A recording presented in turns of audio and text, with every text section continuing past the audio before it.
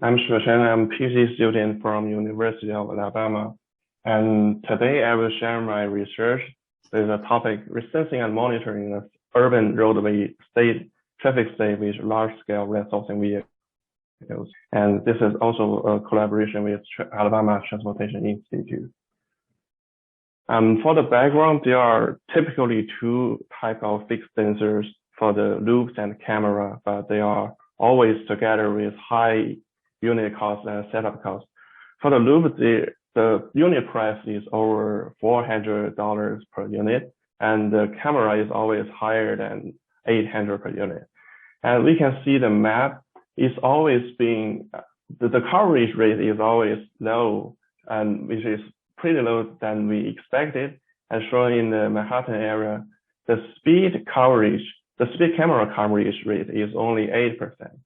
And there are also difficulties for the fixed sensor to sense the continuous dynamics, such as the air pollutants and the urban heat island phenomenon. And having shown the inflexibility of the fixed sensors, we're now thinking, is there any way for us to sensing the urban network more flexible? And we're now seeing the large-scale operation of the ridesourcing vehicle currently operating in the urban area, and there are over 70,000 RVs running in New York City as of 2019. And as shown in the daily trip, the daily trip of Uber has exceeded 500,000 trips per day, which is sufficiently cover the urban road network. And we have also seen the emerging technology of the mobile sensors, which has low setup costs and maintenance costs, and the unit price is only $500, as shown in the bottom left. Blackboard, a prototype of the mobile sensor, and it can be easily adapted with buses, taxis, and for-hire vehicles and other transportation modes, and is flexible and robust to any emergency cases. Okay. And having shown the potential feasibility of RV-based sensing, we now have three questions as below. And first, we are interested in what is the performance of the link level in the road network regarding the sensing coverage and reliability. And second, can we improve the sensing coverage by inferring the link state based on the existing observation and the road network topology? And finally, can we use any optimization knowledge to help the vacant trips slightly detour from its historical routes to the links that have never been visited before or barely visited, as is shown in the historical trips? For the sensing coverage can be quantified by link observability, where we can either explicitly visit the links or implicitly infer the information on the links. The information such as flow and speed of the unvisited links can be inferred based on the neighboring links. For example, the flow on link 3.4 can be inferred from the information on flow 2.4 and 4.6. And in this case, we don't need actually with all road segments in the network. So we just need to visit part of it so as to achieve 100% coverage rate by inferring the state link. And with this concept, we next extend this to more complicated network and even the whole road network in urban area. We define three metrics to help us quantify the coverage rate. The first two are simple and easy to understand. The explicit coverage rate is the ratio of the number of observed links over the number of all links. And the inferred coverage rate is the number of both observed links and inferred links over the number of all links. And finally, the implicit coverage rate quantifies the additional effort we need to achieve 100% coverage rate. It quantifies how many additional links do we need to sense additional from the existing observations. Okay. We note that our link inference on the unvisited link are mainly based on the existing problem, namely optimal sensor location problem. And we first construct a node link adjacency matrix A based on a simple graph. And then we partition the matrix A to two parts, the unobserved matrix and observed matrix. And we next use some simple linear algebra knowledge to get the inferred flow information based on the network topology and the observed flow information. In addition to the coverage rate, we also interested in the sensing reliability. The sensing power can help us to quantify or examine if the existing fleet can maintain the same level of coverage rate given the historical distribution of the visiting costs on different road segments. We can see the sensing power follows a form of 1 minus average summation, where the summation term 1 minus PE raised to the power to n means the probability of failure to visit road segment E given n visit counts in the historical trip. So we can quantify the failure of all visit counts on the average visit to each link, so as to quantify the sensing reliability.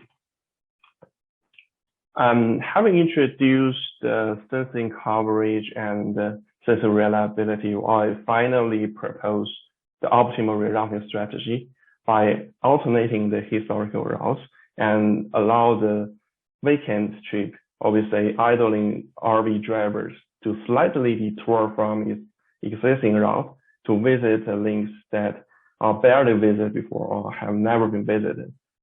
Our object function is entropy maximum function, and which can help us to simultaneously improve both the sensing coverage and sensing reliability, where the details can be found in our paper. And the second and third constraint enforce every trip start and end exactly at the historical origin and destination exactly once. And we also have the flow conservation constraint for the intermediate nodes. We also add a time window constraint to limit the detour length. We note that our optimal rerouting strategy is an NP-hard problem, which can be understood organously to the vehicle routing problem. So we design a heuristic approach, which can help us to provide each trip a feasible solution by a k-shortest path algorithm. We know that this is based on the assumption that the joint distribution of all trips may indicate a weak independence in both temporal and the spatial dimension in the large-scale network. And so the problem can be further decomposed to individual driver level or individual trip level by providing one of the k-shortest paths that enables the highest entropy to each link, to each trip. Okay. And after introducing all the methods, we now conduct case study in Manhattan area in New York City. We select 1 week data from April 2017, and we select the for hair vehicle GPS trajectory data, which only includes the occupied trips, and we further infer the occupied trip based on the OD information of the unoccupied trips. We also use the road network shapefile from the OpenStreetMap, which covers 842 nodes and nearly 2,000 links, where only primary and secondary roads are contained, which are of the priority to be sensed in the urban area. And here we present the result of the sensing coverage before and after the link inference. You can see before the inference, the explicit coverage can already exceed 70%. And after the inference, nearly 92% of the road segment can be either observed or inferred, and only about 6% additional links are required to achieve the 100% coverage rate. And we note that on the line graph, the morning time period seemingly show a lower coverage rate, which may result from a relatively fixed route during the morning, or the fixed original location, for example, from the home to the workplace.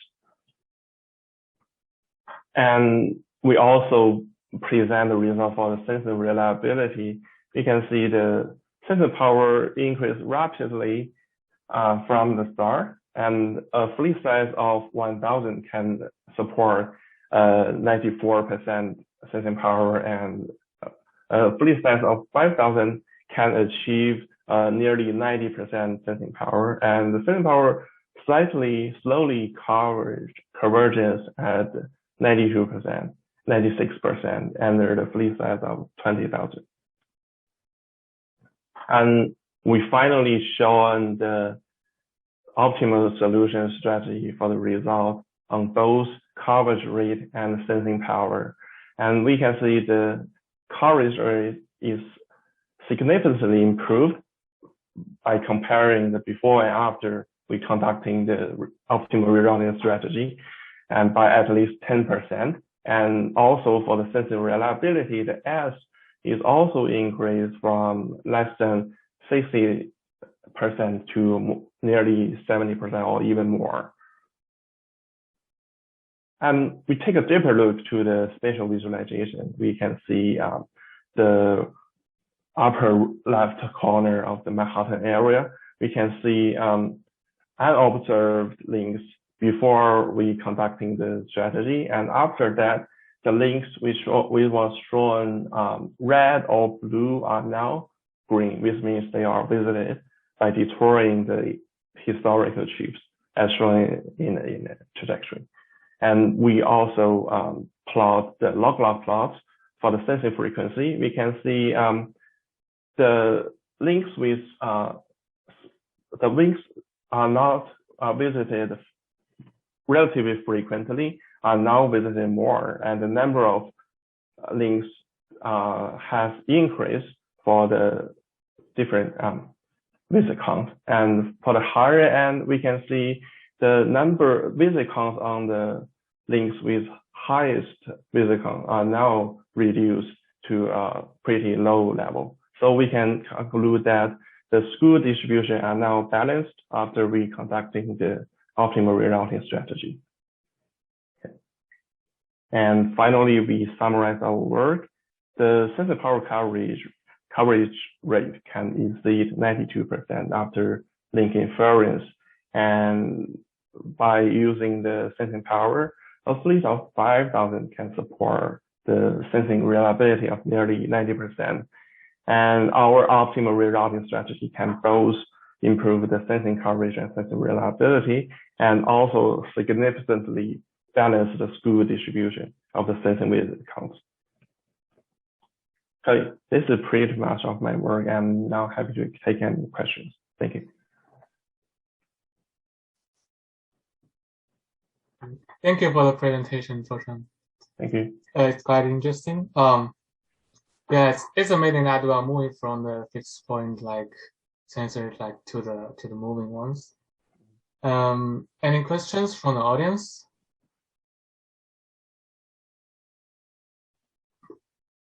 Yeah, I think I see that nobody has typed questions. I now allow you to unmute yourself. So if you have questions, just unmute yourself to ask the question. So I have a question for you, Shuocheng. Like you mentioned that it's about like 70% coverage from your results. Yeah. I'm like kind of wondering how does it compare to the case when we have like the fixed like sensor, and how like what's the accuracy if we compare it from the ones we already have? Because for the fixed ones, I think it's kind of I'm not sure, but I think it's more like reliable to capture like maybe the information of speed or vehicle counts. But how does it compare to the ones we have like the moving sensors? We can say before we conducting the optimal strategy, the explicit coverage rate, as shown in the green segment, have already exceeded 70%, which is computed by historical trajectory. And once the vehicle traverse this road segment, we count it as a valid visit.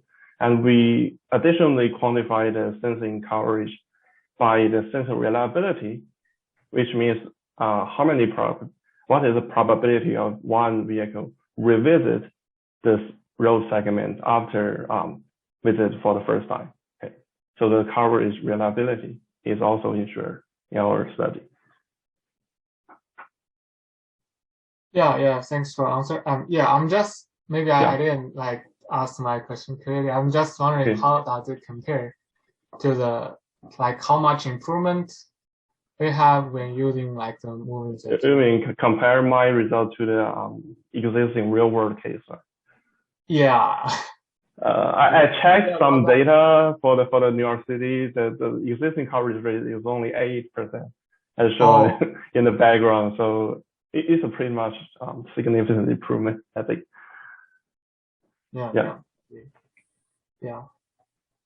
And I actually have another question about this. So you mentioned like this routing strategy. Mm-hmm. So I'm curious like how this can be put in practice, because I think the routing strategy I think you mentioned is to better like capture kind of the coverage or like the visiting links. So how can we enforce those drivers, like ride sorting drivers, to follow the strategy that you propose? This is a good question. Since we only optimize the vacant trips, which means the passenger is not on board, and I think there must the incentive policy is a must for them to follow this recommendation. It can be an online recommendation algorithm. You see, I have decomposed the problem to individual level, so I can provide each individual drivers a relatively optimal or near optimal solutions on that time period.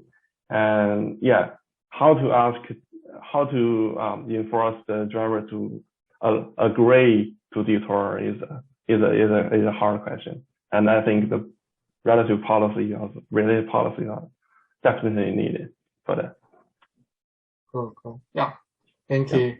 I think it's really challenging, but it's good to know that we can achieve that like limit of coverage of the sensors. Thank you. Do we still have any other questions about this presentation or any further comments?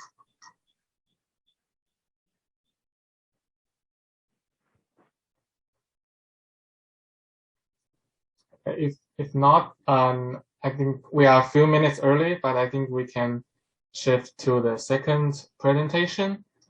The second presentation is from Dr. Thomas Hancock, and he's feeling under weather today. So Dr. Chris McCarty will play the video and answer the questions from the audience. And Thomas Hancock is a research fellow at the Choice Modeling Center and the Institute for Transport Studies, University of Leeds. He obtained his PhD in choice modeling and travel behavior research from the University of Leeds in 2019, under the supervision of Stephane Hess and Chris McCarty. And Thomas' main areas of interest are understanding the decision-making process, the integration of econometric choice modeling, and mathematical psychology, modeling specification, interpretation, and moral choice behavior.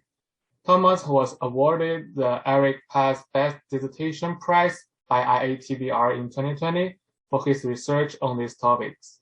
So I think this presentation is that awarded, like part of that dissertation.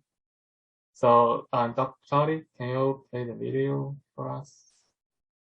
Thanks for the introduction. Yes, it's a pity that Thomas was unable to attend because of last minute sickness. So I will be playing the recording of his presentation. Just a second. Hi, my name is Thomas Hancock, and today I'm going to be presenting about some research we've been doing looking at incorporating eye tracking information and stress into choice modelling. And this is work I've done with Choudhury and Stephane Hess at the University of Leeds.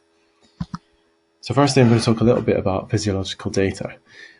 So when I say physiological data, I mean anything from eye tracking, heart rate, skin conductance, EEG, something that tells us about how someone is or what they're doing. And this type of data is particularly useful because it's verification of choices, because you can't fake it. So for example, I can't fake where I'm looking. And this has been shown in a number of different contexts. For example, in the detection of faces, if you try to hide the fact that you recognize a face, you can't do it. You can't fake your heart rate. You know, you can't fake the stuff in the way that you could lie about the choices you do in a state of preference survey, but you can't fake this physiological data. It's also a measure of choice certainty. So, for example, you could use EEG data to understand how certain someone is, dependent on the sort of amount of alpha wave activity, for example. Then there's state of mind, cognitive effects or emotional effects on decision making, and all of these can be looked at with physiological data. Particularly useful for understanding both inter and intra heterogeneity. So when we're looking at differences in how people make decisions, that this sort of thing can be useful. We can also give some context to the choice. So for example, if someone's having a particularly bad day or a particularly stressful day, you might know that from physiological data. So firstly, let's talk about eye tracking data. It's the most used of these indicators, and it's particularly often used by psychologists. Now, it's often used as a way of trying to understand how we process information. So that's the main reason it's been used in psychology. But of course, that means we can use it as well for example, attribute attendance, and this is a particularly common use within our field in terms of understanding what attributes people find important or which ones are they going to look at. There's many different ways we can then use this information in our data, and I'm going to talk about this quite a lot in terms of the different sorts of frameworks we can do. So, for example, you could have eye tracking data that's additive to the utility function. You could have it in place of the utility function. So, for example, psychologists often may not even have sort of attributes of alternatives. If you've just got certain images, then they can base preferences purely on what someone does in terms of where they look. Within the context of attribute non-attendance, we could use some sort of criteria. For example, an attribute has to be looked at least 10% of the viewing time for it to be included. Could be an adjustment of scale. So, for example, if someone's looking between attributes more, they may have less of an idea of the sort of choice they're going to make. In context of travel survey type work, gaze concentration and lane keeping, and this is work research done by colleagues of mine at the University of Leeds. And then also we could have a latent variable approach. So this would be just a standard ICLV type model where we've got latent variables.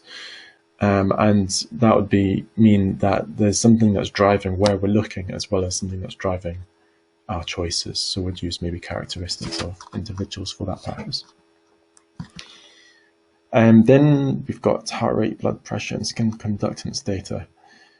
So some example applications, for example, we could use machine learning methods to understand how stressed someone is, and that's been used in very different contexts. For example, therapeutic sessions for anxiety, but also for stress detection whilst driving. And you can see the appeal of this. So someone isn't going to sort of necessarily just stop when they're particularly stressed and might make bad decisions when they're driving, but you could have something in place where the car is maybe alerting the person that they are stressed and should stop. That would be particularly good. Then there's also things like the fact that low resting heart rate is linked with anticipated guilt from less anticipated guilt from committing a crime. So we've got this sort of insights into how different people think from these measures. And then, of course, you can also do hybrid models for modeling how stressed someone is and their decision making. And that's potentially a better way of doing it if you're going to use this sort of data as an indicator rather than as an exogenous variable. So how might we incorporate this data into econometric choice models? So I'm going to talk about the exogenous approach. So we're using physiological data as explanatories here. There's a whole separate story if we're going to try and think about how to do it with latent variables, but here I'm only going to talk about using it as an explanatory. So imagine we've got this decision process here. We see some attributes of the alternatives. We perceive them, then we process them, and then this gives us the utility, and then we make some choices. Various things come into effect, so characteristics of the decision makers will impact both of these stages. And then the things in yellow here are what we estimate in the model. So for example, we might estimate some measure of attribute attendance, we might estimate beta parameters, and we've got a scale. And physiological data could feed into any of these. And we can try and fill in more about what we're putting in here. So we've got some sort of individualized measure of each of these based on each individual's own recordings from the physiological sensor data. Now, if we have a psychological choice model, it looks quite different, but in terms of what it looks like here, it's pretty similar. We've got the same sort of parameters, but we also have these additional ones, so ones that are part of the decision perception, and others that are part of the process. So the physiological data has this sort of better fit, really, fit into these models. There's a more natural, intuitive place for this information to go. So if that's the case, then does that mean that we're going to have a better sort of final outcome by incorporating this data into psychological choice models in comparison to econometric choice models? And I'm going to come back to that in a moment. So there's many different types of psychological choice models, and this is I guess because most psychologists adapt the model to fit their purpose, and it's not just like a common utility framework. There's many different models with different assumptions, different ways of calculating probabilities, and actually there's almost as many variants as there are different papers. So there is a distinct subset called accumulation or sequential sampling models, and that's what we're going to focus on here. So we're focusing in particular on decision field theory, which you may have heard some of our work from that in the past. Decision field theory attempts to capture the stochastic nature of deliberation, and these models have perception and process parameters. So exactly what I've just been talking about here, we've got these parameters that sort of say something about how we make decisions. And these models are designed to be psychologically plausible in terms of, it looks like more like how we would imagine we make decisions. Now, of course, all models are models, but these ones are specifically designed to try and mimic the decision-making process. The previous focus of these models has been on explaining contextual effects. They've not really been used in the settings we're used to in travel behavior research. So here's a simulated decision-making process under DFT, just to give you a better idea of what decision field theory actually looks like. So imagine you're making this choice between 4 different travel modes. They've each got their parameters here, and at first you might look at the time and you think national train, that's the best option, so your preference for that increases. You keep looking at factors that favour the national train and you quickly end up choosing, would have been choosing it, except actually the local train's got a slightly higher value there. So you've ended up choosing local train in this context because it actually had a slightly higher preference value to begin with. So that's accounting for the fact that there's initial biases or maybe a status quo bias, for example. Now, you could continue deliberating, maybe on a particularly fussy chooser, and I have a higher threshold here. But there's also going to be a time threshold. So at some point, I just need to get on with my journey and make a mode choice. So it might be that I continue to deliberate over the other parameters and end up choosing the national train. So depending on how long I deliberate, I might make different choices, basically, is what happens on the DFT. So why haven't these models been used before in travel behavior modeling? So the computationally intensive, you can't get equivalent willingness to pays. Processes maybe not considered to be vital. We maybe have more of an emphasis on predicting choice outcomes. And there's a number of other steps here as well, which we've dealt with some of these barriers in some of our previous research. So next steps for DFT, and how do we move it forwards? I'm going to link this back now to physiological data. So do the parameters in the DFT model have the mathematical function that they are psychologically meant to have? So basically, does the conceptual model match the theoretical model? And can we move this forward? So can we link the perception parameters to perception itself and process parameters to process itself? So what do I actually mean by this? So for example, the perception parameters in DFT, we've got parameters that both for the relative importance of attributes, equivalent to the betas and then MNL, but also have attention weights of the different attributes. So this is saying something about how much attention we pay to them. And this is completely separate. Now, in a standard DFT model, just with choice-only data, we can't really disentangle these two things. But with choice data and eye tracking information, maybe we can start to disentangle these. Process parameters, these are parameters for memory, competition level, with similar alternatives, amount of noise in the process, and a number of preference updating steps. So if I move back here, you see there's this number of preference updating steps. Memory tells you something about how important the initial preferences are.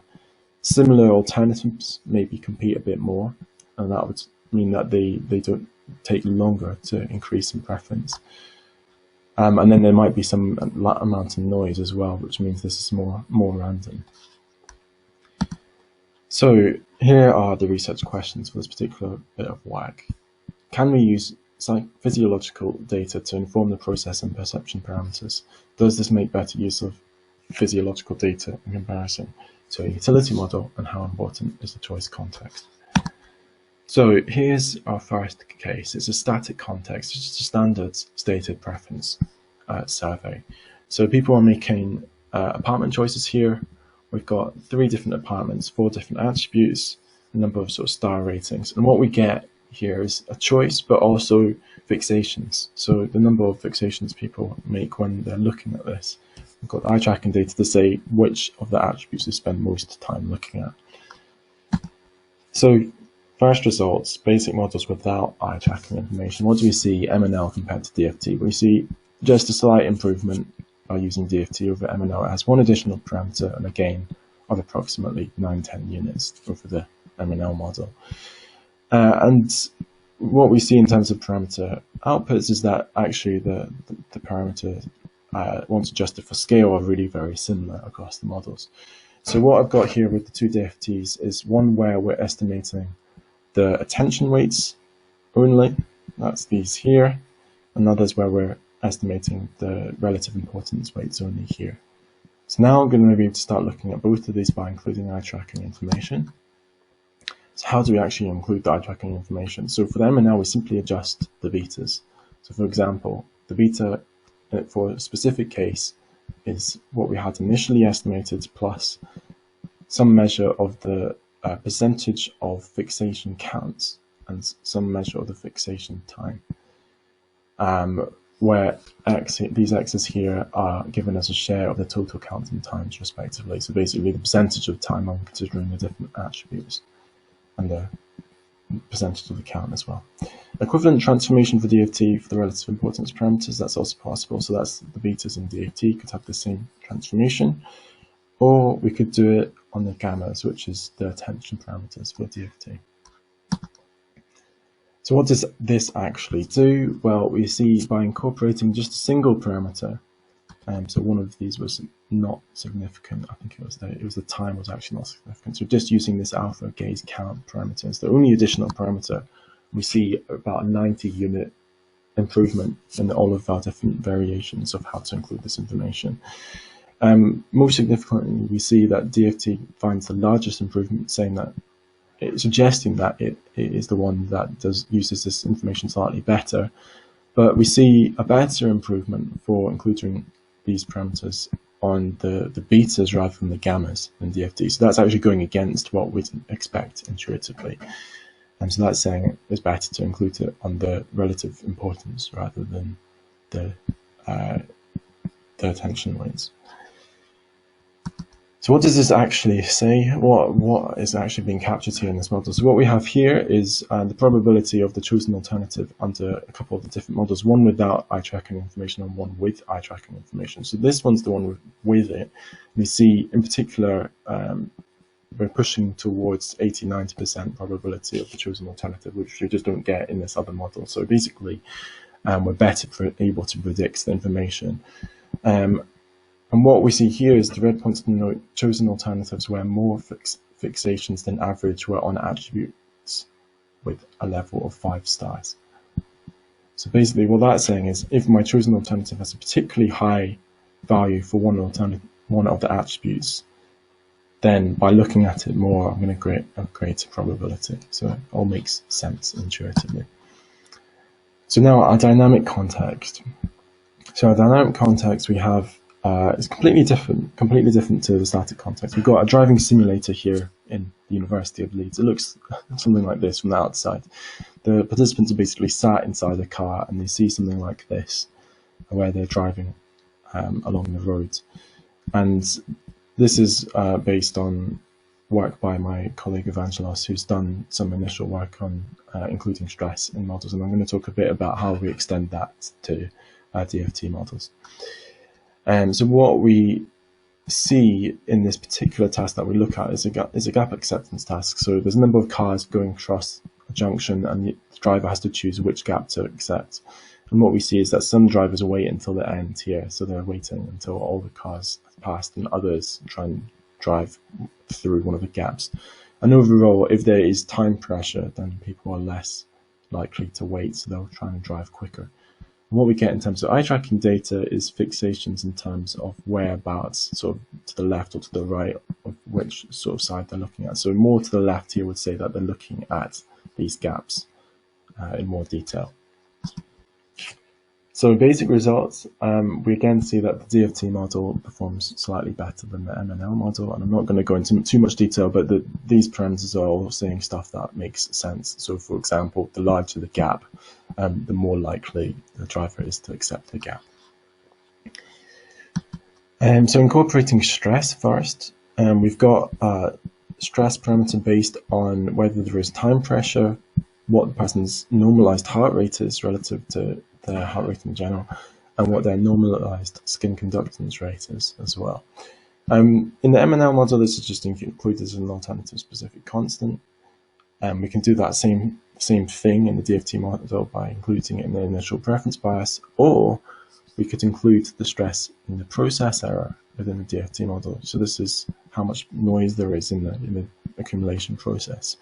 So basically what this would be saying is there more noise when the participant is more stressed? And it turns out that is the case. So we see a greater improvement in model fit by including the stress parameter on the decision noise. So that makes sense. Now I'm going to move on to eye tracking. So including eye tracking data, we've got different ways of adding it again. So what we see here is that for the DFT model, is again looking at the relative importance of the gap or the attention weight at the size of the gap. And there's two different ways. There's two different ways we can do it, or we can alternatively do biases towards the initial preferences as we did before. So what we see here is that actually this time, as a contrast to the results for our static case, we see a better improvement by adding it to the attention weight.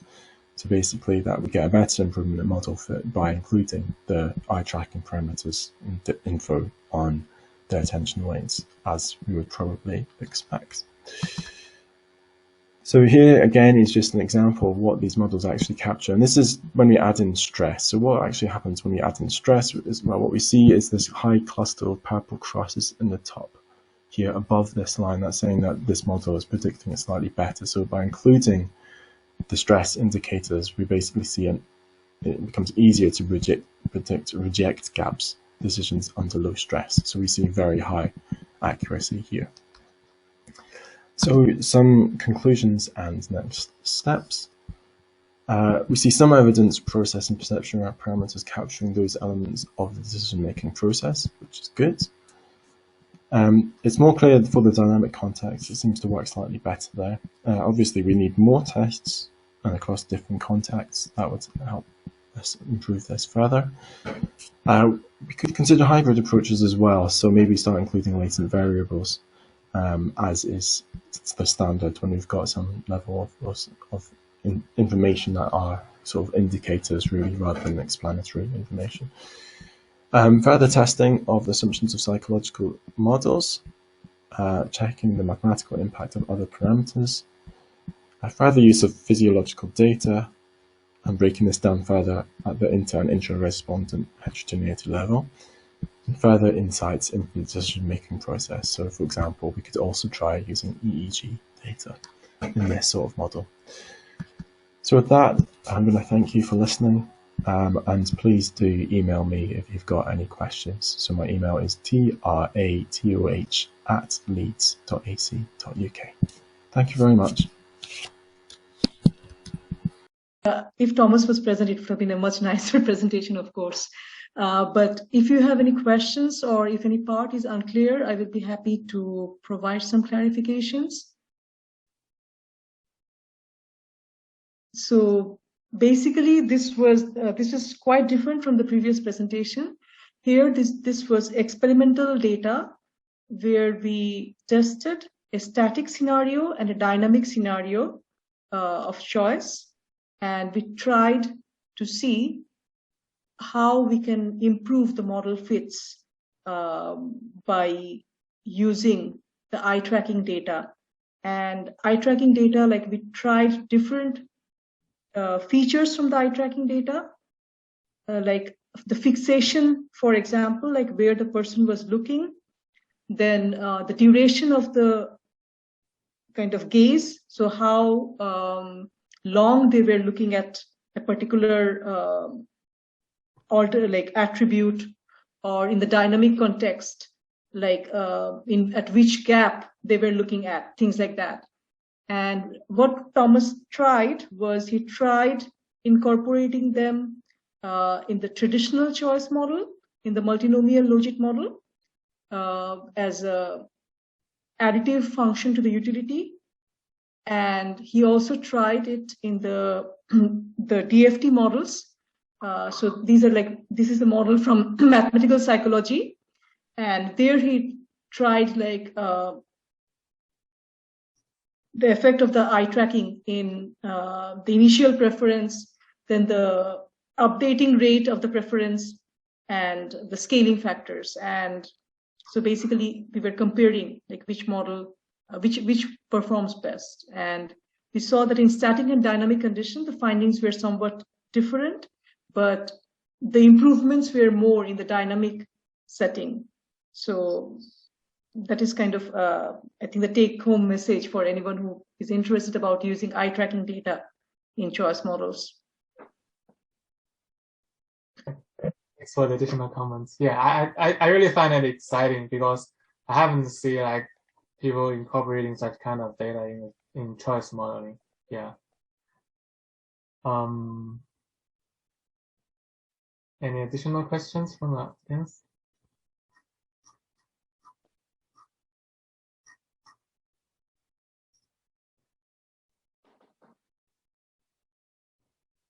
Yeah, we still have a few minutes. I think I don't. If you don't mind, I actually have another question, but it's kind of because I don't know that that decision DFT like function. I'm just curious about that figure. From what I understand, it's kind of like going up and down is based on like additional information that a person. Let me just share the screen and try to show the presentation. Can you see it? Yeah, I can see it. Yes. So actually, DFT can be in static or dynamic case. So let's see. So it can, so in mathematical psychology, they assume that even if the attributes are not changing, people's perception, like people can so this is the kind of the example. So suppose someone is considering a trip by train, national train, local train, bus or car. So maybe they will first think about the travel time, and that will be in favor of the kind of the national train. So that's why its preference is higher. But then maybe they are thinking about a different attribute. Suppose like they're considering also the delay, and because of maybe this alternative does not score that well in terms of that attribute. So that's why its preference is reducing. So even if the attribute values are not changing, this is kind of just the way people are thinking about the attributes, the preferences can go up and down. So this is for the static scenario. Whereas actually for this dynamic scenario, the gap attributes were changing as well. So here in this case, so this driver was trying to cross and all these vehicles were coming. So the attributes of each gap were changing. So like when he was looking at this gap, basically the gap size, then the speed of the vehicle in the front and end, these things were changing. So in the dynamic context, it's more complex, but in general, even in static context where the attributes are not changing, even then DFT takes into account that depending on which attribute we are thinking about, the preference can change. Okay.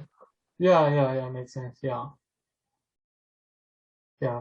But I think dynamic will like more helpful to reflect such kind of gap, like recognizing in the driving behavior. Yeah.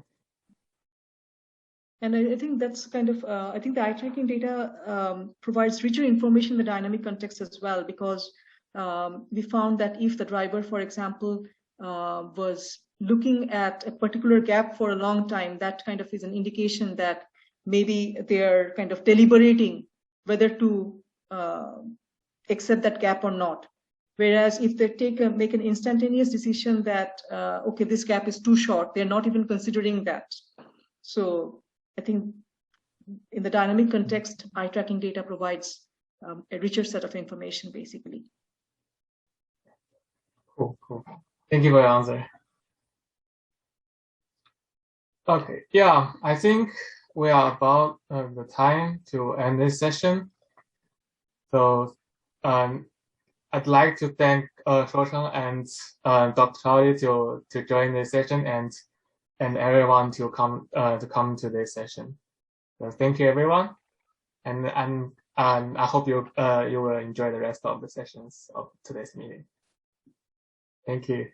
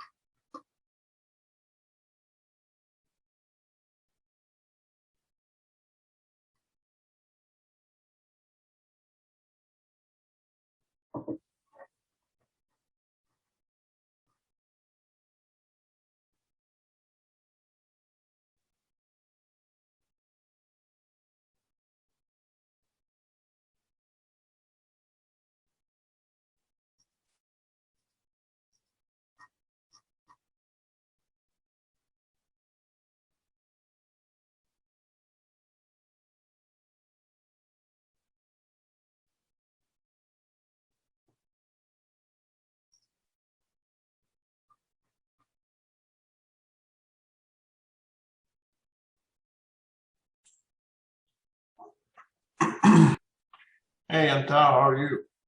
Good. How are you, Dr. Moa? Good.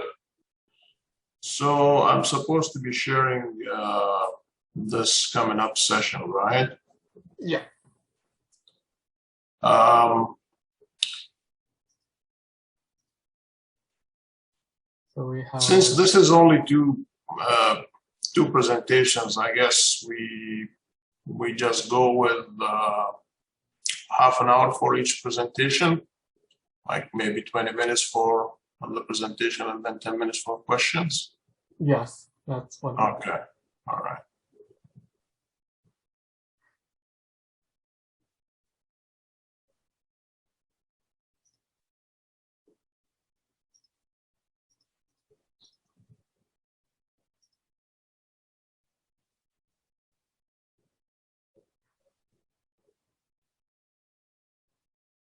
So let me see if we have our first speaker.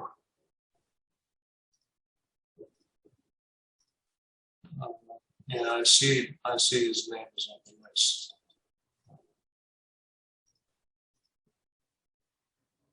Arbia, are you there? Yes, I'm here. Hello. Hi, how are you? Fine, thank you. Okay.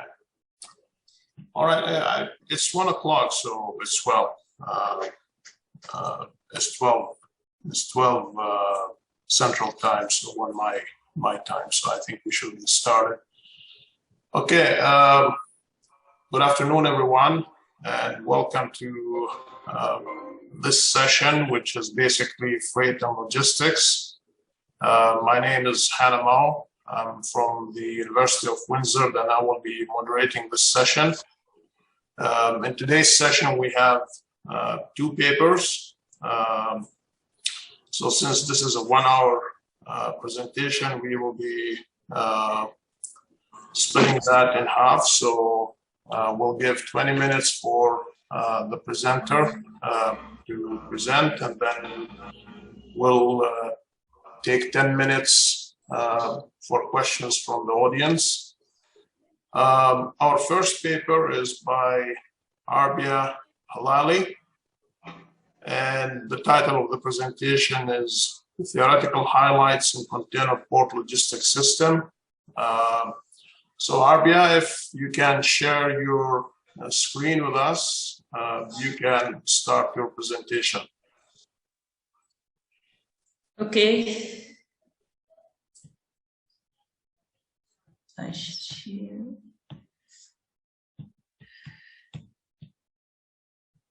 It's okay, my screen? Yeah, we can see it. Yes, we can see it. Yes, okay. Thanks. Okay, thank you very much for this opportunity to attend this conference. I'm Dr. Hlali Arbia from the University of Sfax, Tunisia. I will present the paper named Theoretical Highlights in Container Port Logistics Systems. This paper was realized with my co-author Abdulla Wanis from Technology Maritime Transport, Iskandariya, Egypt. So, the outline of the paper are first the role of container port in logistics supply chain, second the logistics chain flows, and the third is the logistic integration in the maritime industry and their main levels. The fourth part is about complexity of logistics support function, and the fifth is about the impact of logistics chain on the maritime transport and seaport. So transport plays nowadays a significant role as an agent of globalization. The acceleration of growth of goods modify the strategy of the actors in terms of supplier demand and regulation.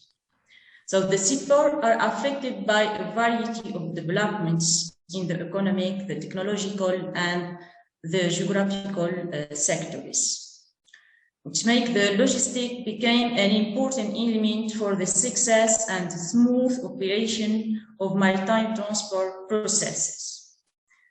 So for this, the supply chain models evolve as a result of influences and factors such as globalization and expansion into new markets.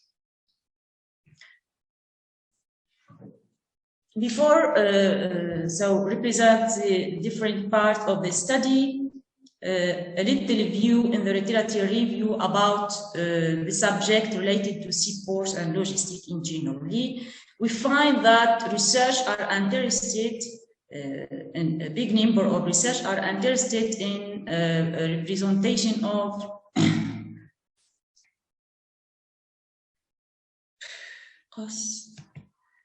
You hear me? Yes, we can. Yes, yes, we can hear you. Sorry, I think that the net feed.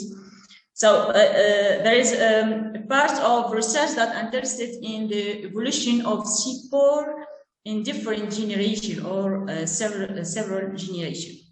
Some research are interested to study port logistic chain, and nowadays there is many research are interested to study the digital, the seaport and the digital technology or the digital transformation. So. For the first part, we start by the role of container port in the logistics supply chain. So it's play an important role through the different part of the transportation of the product from the origin to the destination.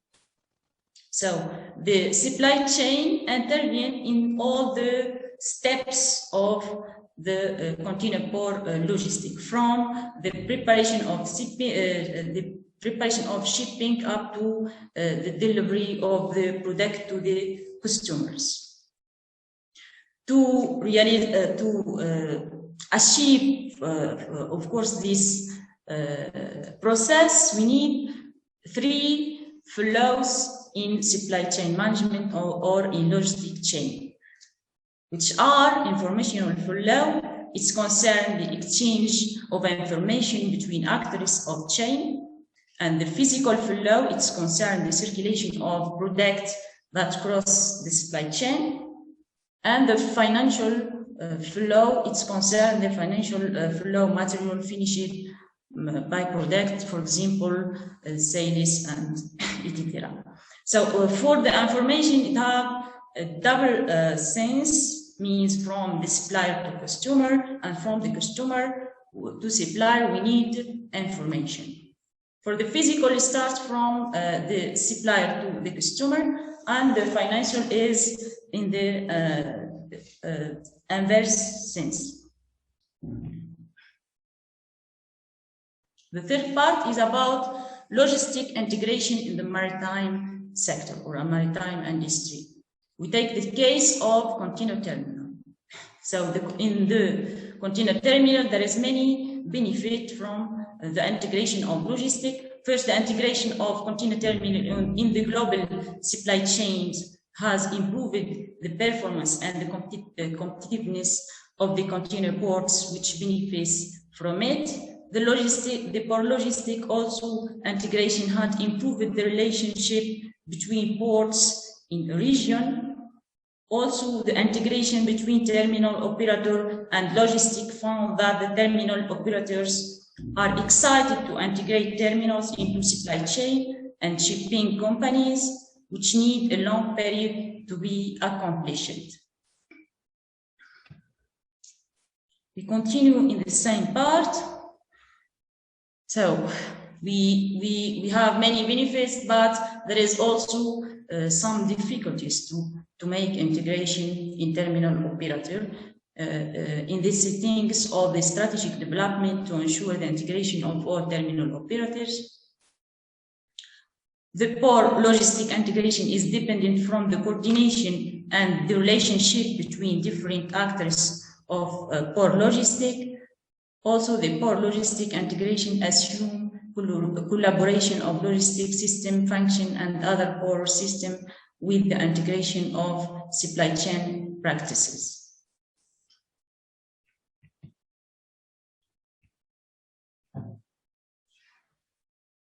So for the integration, also we need some level, or this is according to the study of Bruce in 2015. We propose or make this level in 5 step or 5 level. The first one, the supply chain consists of different corporate entities and division, just as core strategy and operation as are formed in the basis of the company's resource. Here there is a lack of absence of information exchange, created lack of visibility throughout the logistic process and causing delays and poor outcome. For the level 2, the organization applies an internal integration aiming at force maximization and obtaining low-cost factors of production. The company lacks long-term visibility and communication is not used effectively in order to attune to the supply chain goals and objectives. And for the level 3, corporate integration is focused on the ports territories. The ports interacts with customers and its supply chain, but only in regard to operation, time, services, and activity that affect port. So the collaboration and information exchange have been achieved, and the port has achieved an holistic strategy. And for the level 4, the port attain external integration throughout the entire supply chain. This new corporate attitude enables the port to expand its vision throughout the markets, manufacturers, terminal and line operators, and other customers. So we see that the first one is very simple, the integration, and it starts to be complicated from level to other level. So we arrive now to the part 4, the complexity of logistics port function. Generally, as we know that port is a multidimensional system with a complex activity. The port also can be considered as a center of logistics. As we say in literature review, many authors or researchers are studied that the port is a center of logistics. Other they consider it as a logistic of port. So it's complicated machine because the port is the interaction between the land and the sea. There is a difference between port in implementation, management, organization, and technology, which need a transition to maintain the integration and the cooperation between their activities and in the other connecting seaports. The logistic of container terminal poses several decision problems. The decision can be made in each strategic, operational, or tactical or level. It's dependent from the nature of activity, of course, and the logistic operation become much more complex due to the technology changes. As we said, the digital transformation and many other new technologies that was adopted in the port sector. So generally, the complexity and the evolution of supply chain distribution follows one or more of the following scenario. Scenario 1 or type 1, that's the product, the transit or the transfer of product point-to-point network. Or type 2, hip and spoke network. The hip has increased bringing power over the spokes. And type 3, interactive hip and spoke network, like terminal operator, shipper, and manufacturers merge and coordinate multiple networks. And type 4, holistic networks, a large scale, lean and agile system. So we arrive to the part 5, the impact of logistic chain on the maritime seaport and the on maritime transport and seaport. The impact of maritime logistics matches the activity closely and related to the port activities. In addition, the logistic chain matches to the activities with which a part rises of turnover is connected with the port. Generally, there are many interventions in the logistics system which make it more importance for maritime transport, ship types, type of goods or cargo, and the nature of goods itself.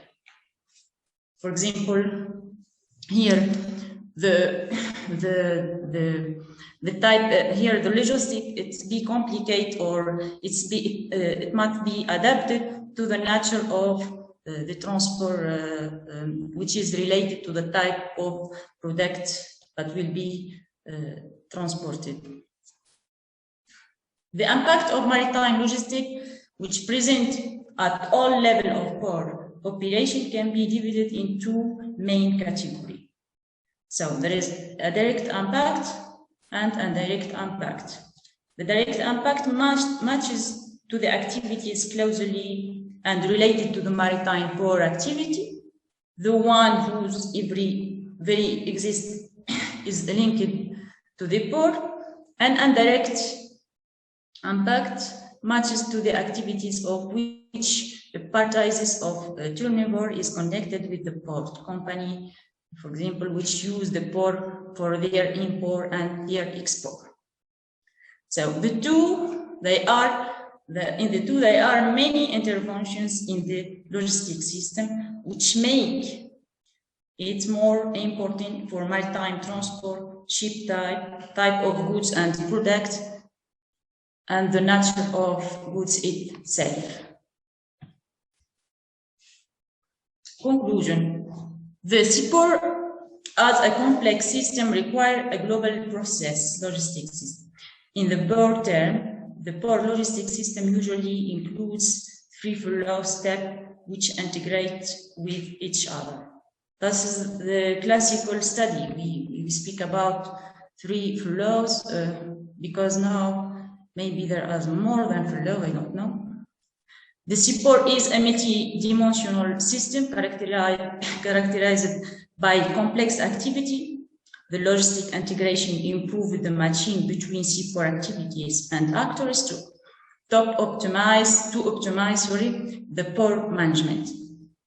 This study contributed by introducing a conceptual framework in container port logistic integration context by exploring the different level of integration within actor as shipping line, port authority, transport company, logistic services.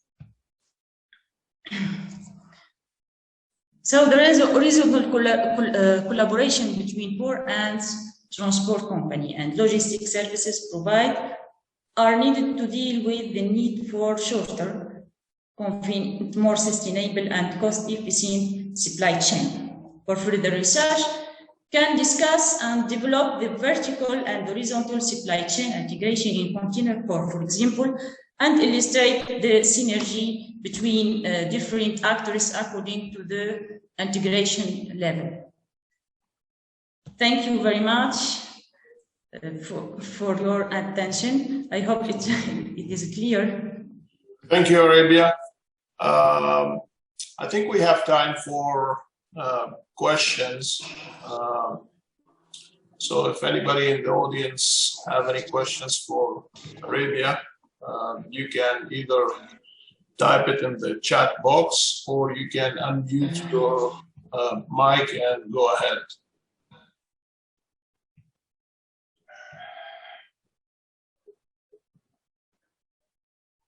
I have a question for you, Arbia. Okay. In the scenarios that you listed, you listed a number of different networks that basically are out there, the point-to-point, the hub and spoke, dynamic hub and spoke, and the holistic one. In your opinion, which one do you think is the most economic for the operation of a supply chain in the context of a seaport supply logistics system, port logistics system. Which one is less cost, like this? Right. I think the third one.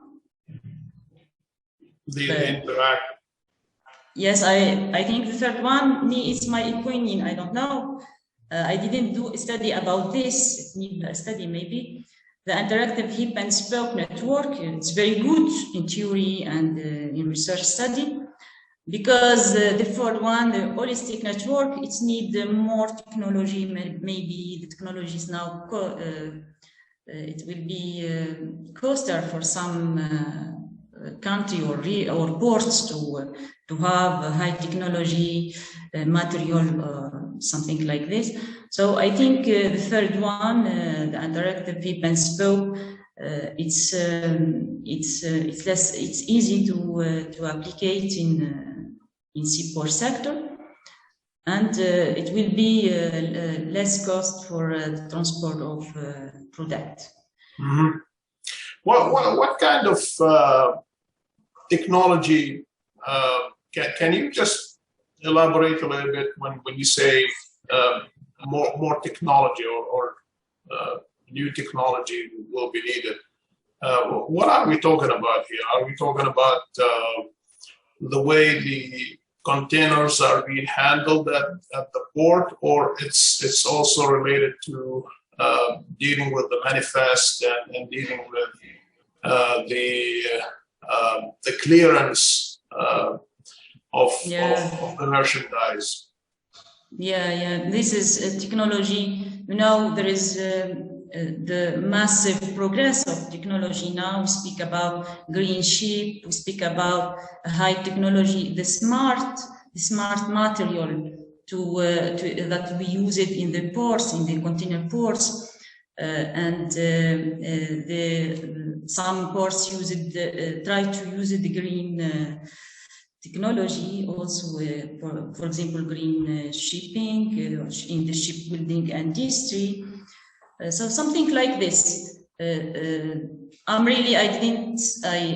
have one theoretical paper about digital transformation in seaport sector. I don't have a practical thing, but I see there is a massive evolution in the technology sector in seaport, and ports must update their situation and must be update to be to function with more technology, and to also to follow the example of green ports and green shipping and something. So I don't have. Right. Thank you. Thank you. Any questions from the audience? All right. Since we don't have any further questions, we will move forward. Thank you, Arbia. Our second presenter is Georgiana Madar-Vani. And she will be presenting her paper on a methodology for obtaining industry-level freight flows using existing data sources for the exploration of trade criticality within the province of Ontario, Canada. Georgiana, if you can please share your screen with us, and you can take over. Sounds good. Thank you very much. Is my audio okay? Coming through okay?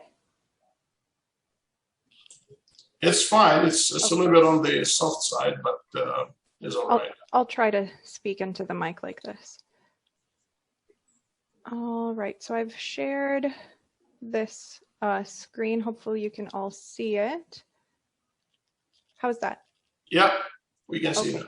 Thank you. Great. Thank you very much, Dr. Maoh. And thank you to all who are taking the time to attend this session.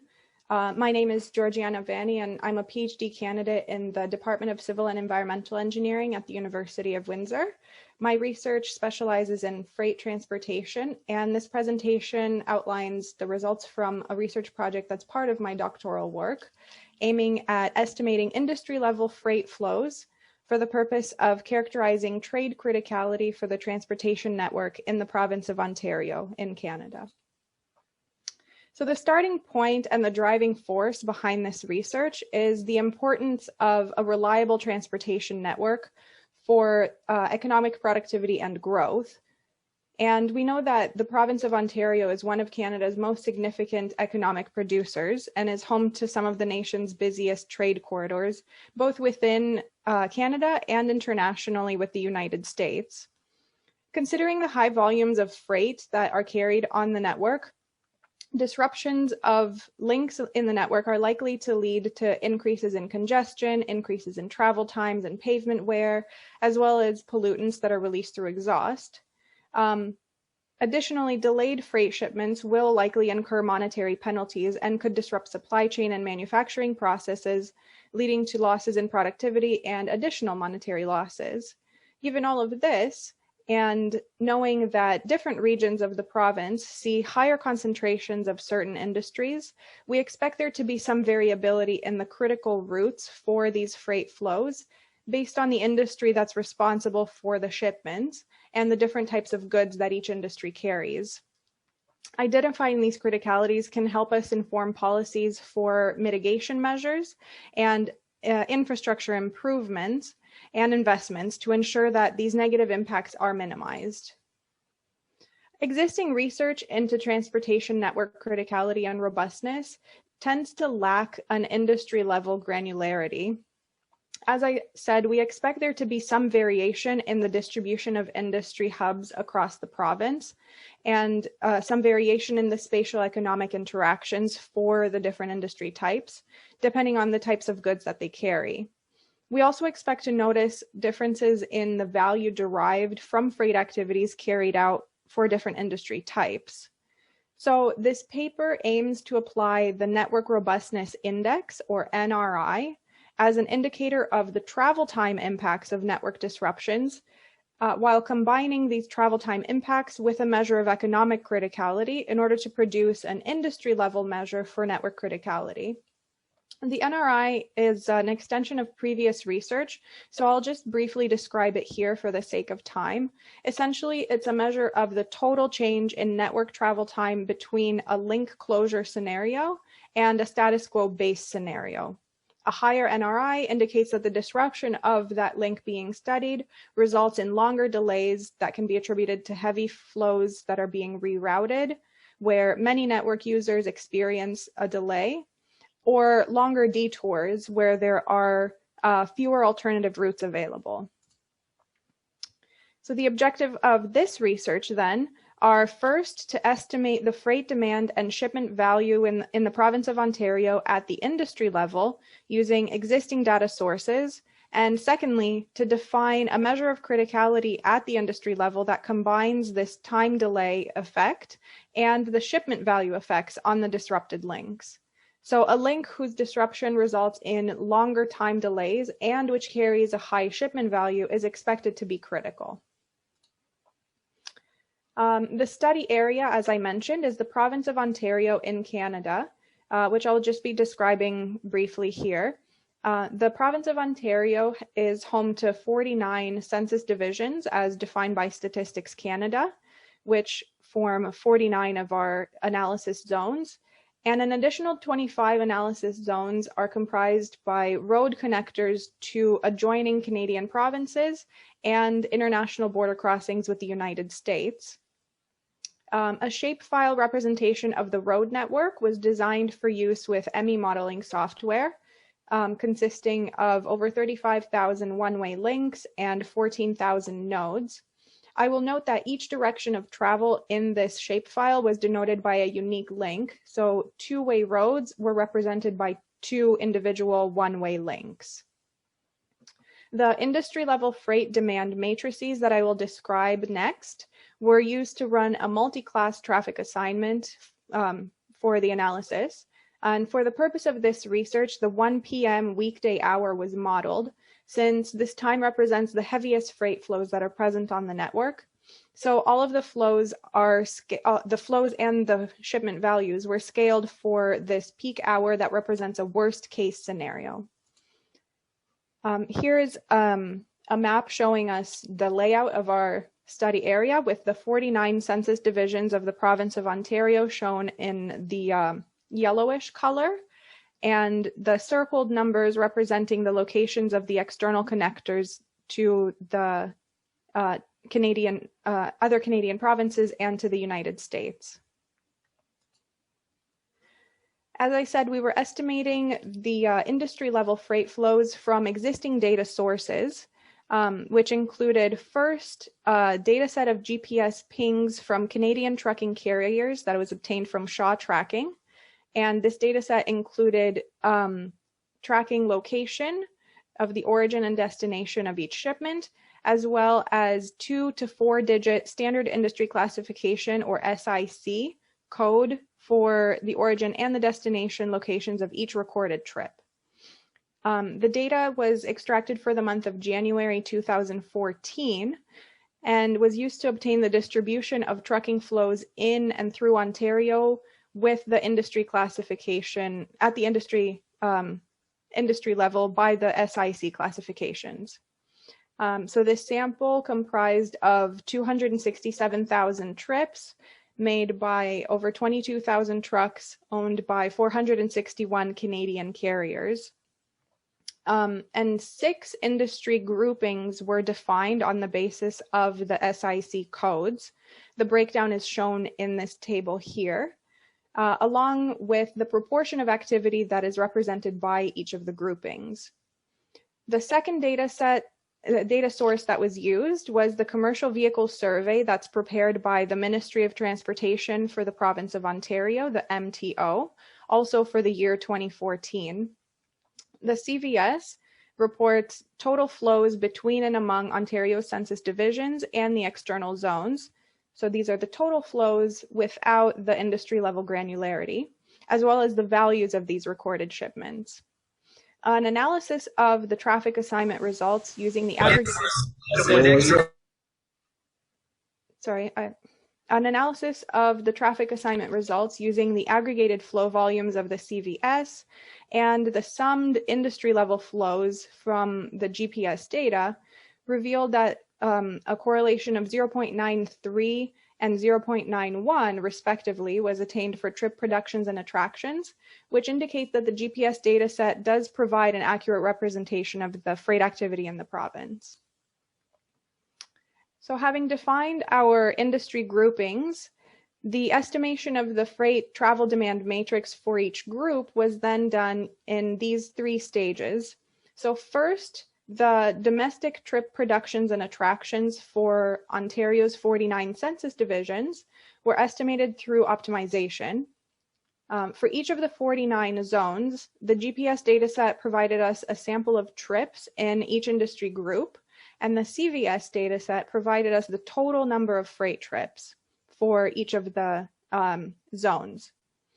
Then beta parameters were estimated for the industry level trips in each zone so that the sum across each zone would equal the CVS total. The GPS trips were then adjusted using these parameters to obtain the estimated industry level distribution for all trips in each zone by the 6 industry groupings. Next, for the external zones, we applied the FRTAR method because the GPS data set classified all trips that were taking place outside of Ontario to one single external zone. So we didn't have industry level data the same way that we had for the domestic zones. The industry level data provided us the total external trips by industry groups, but without the geographic breakdown. The CVS, however, does contain the total trips for the 25 external zones without the industry level granularity. So for the FRTAR method, then we devised a matrix of 25 by 6, where we have the 25 zonal totals from the CVS and the 6 industry totals from the GPS data sets, so that the total trips were distributed among the industry groupings and among the 25 external zones. Lastly, now that we had our 74 origin and destination totals, we could estimate the demand matrices for each of the industries, and this was done using a doubly constrained gravity model. The friction of space parameters were obtained from the GPS flows, and the estimation for each of these stages is on the screen and also in more detail in the paper.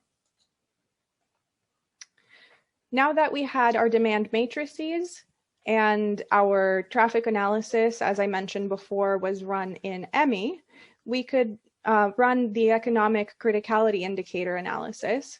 So the shipment value was also necessary for this step. The CVS data, as I said, contains the value of all shipments between each OD pair, but it doesn't contain the industry level information. So using the demand matrices that we estimated, we identified unique values for each industry group. So the unique values represented origin destination pairs in the CVS where only a single trip was recorded. So we can assume that that single trip belonged to the one industry in the demand matrices that was recorded to have activity there. Then the corresponding value from the CVS data could be extracted and assumed that the shipment value recorded there belonged to that industry. So extracting these unique values, then we can use to calculate an average for the value per shipment for each of the 6 industry groups. I should say 5 industry groups because the primary industry was very sparse and the same methodology couldn't be applied to the 5 industry groups, to the primary industry, but the remaining 5 groups were able to obtain an average value per trip. So using the results from the traffic assignment where industry level demand matrices were used in the modeling, and the shipment values were then introduced to determine the total value of shipments present on each link. The link shipment values were categorized into ranges for the total and for each individual industry group, and we could define a threshold level for criticality, where critical links were considered to be those that had over $250,000 of freight passing through them, and whose NRI was over 10,000. The thresholds were based on the mean truck volumes that were modeled on links and the expected delay impacts, especially in the vicinity of the disrupted links. The portions of the network that fall above these thresholds were considered critical with respect to trade, since their disruption would result in long delays and the rerouting and delay of large dollar amounts of freight. Just quickly coming back to the average shipment values, this table shows us a summary of the shipment values that were calculated for each group. Pardon me. As I mentioned, the primary industry group was not included here because of the sparsity of this group in the data, where it comprised only 1.5% of all activity in the region. So the estimation method wasn't able to be applied to this group.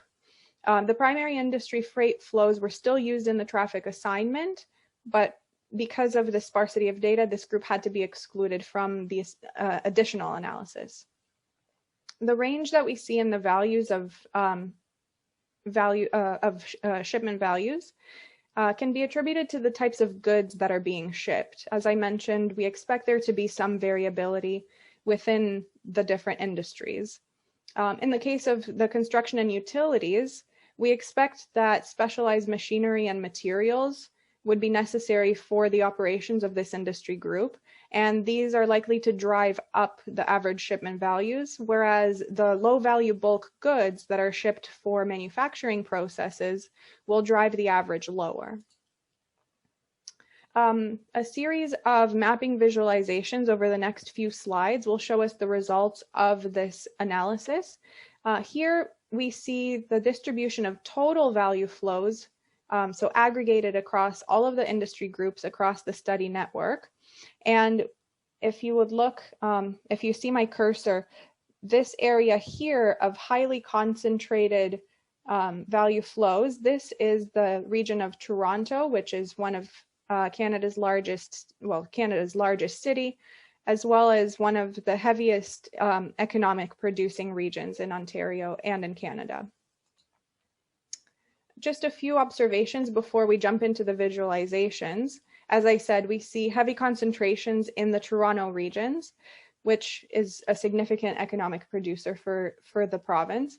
We also note the Montreal-Windsor corridor and Highway 401, which is this highway here running along the western edge of the province. This is one of the busiest freight corridors. And we also see the highways leading to the 3 international crossings with the United States, the Ambassador Bridge, the Blue Water Bridge, and the Peace Bridge. The Ambassador Bridge is located over here at the southern point. Blue Water is up here, and Peace Bridge is over here in the Niagara region. So these are some of the areas that we expect to see criticalities in, as well as the connectors to the northern reaches of the province where there are fewer alternative routes available. So the highway connections become critical. So looking at the combined shipment value criticality with NRI, we see first the total shipment values on the network displayed in this visualization. So the network segments that are highlighted here are those whose NRI is over 10,000, and the color code gives us a breakdown by the shipment value, showing us the value of freight present on each of these links. So the colored links are the ones that are considered critical when we look at the whole network with all of the industries together. The Toronto region, as I mentioned, is what's highlighted in the call out there, and some of the highest value flows that are estimated are passing through this region, as can be expected considering the concentration of industry there.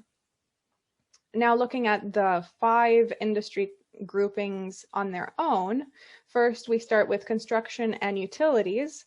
And here we note that the majority of the critical links are located either around Toronto. So we have that call out again for the city of Toronto with its critical links. And we also see some criticalities leading towards the north of the province. And so this gives us an idea of what this industry group, the activity for this industry group and the criticalities that arise from it. Manufacturing was an interesting finding because it was modeled to have the fewest links that met the criticality criteria, although it was quite large in its proportion of activity. And the Toronto region is the location for all of these critical links. And we expect that to be the case because of the concentration of industry in this area. But when it comes to manufacturing activities and the interactions between producers and the markets where the goods are sold, we expect to see a wide dispersion throughout the region. So the flows are expected to use a variety of routes and become diffused throughout the network. So it's not surprising that only a smaller subset of the links will carry higher critical flow volumes that would qualify them for both of the criticality criteria by shipment value and NRI. Next, we look at the transportation industry group, and we see that the flows are distributed throughout many portions of Ontario, naturally considering the nature of the transportation industry.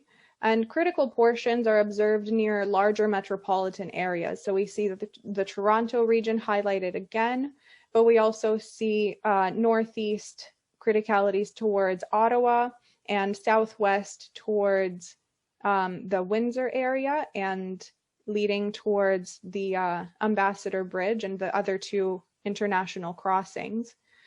Since the transportation industry group represents the second highest proportion of freight flows and is associated with deliveries that end in a wide variety of destination industries, we again expect to see a diffusion of flows throughout the network. Wholesale and retail trade sees a similar diffusion throughout the network, and this industry group has the largest proportion of total flows.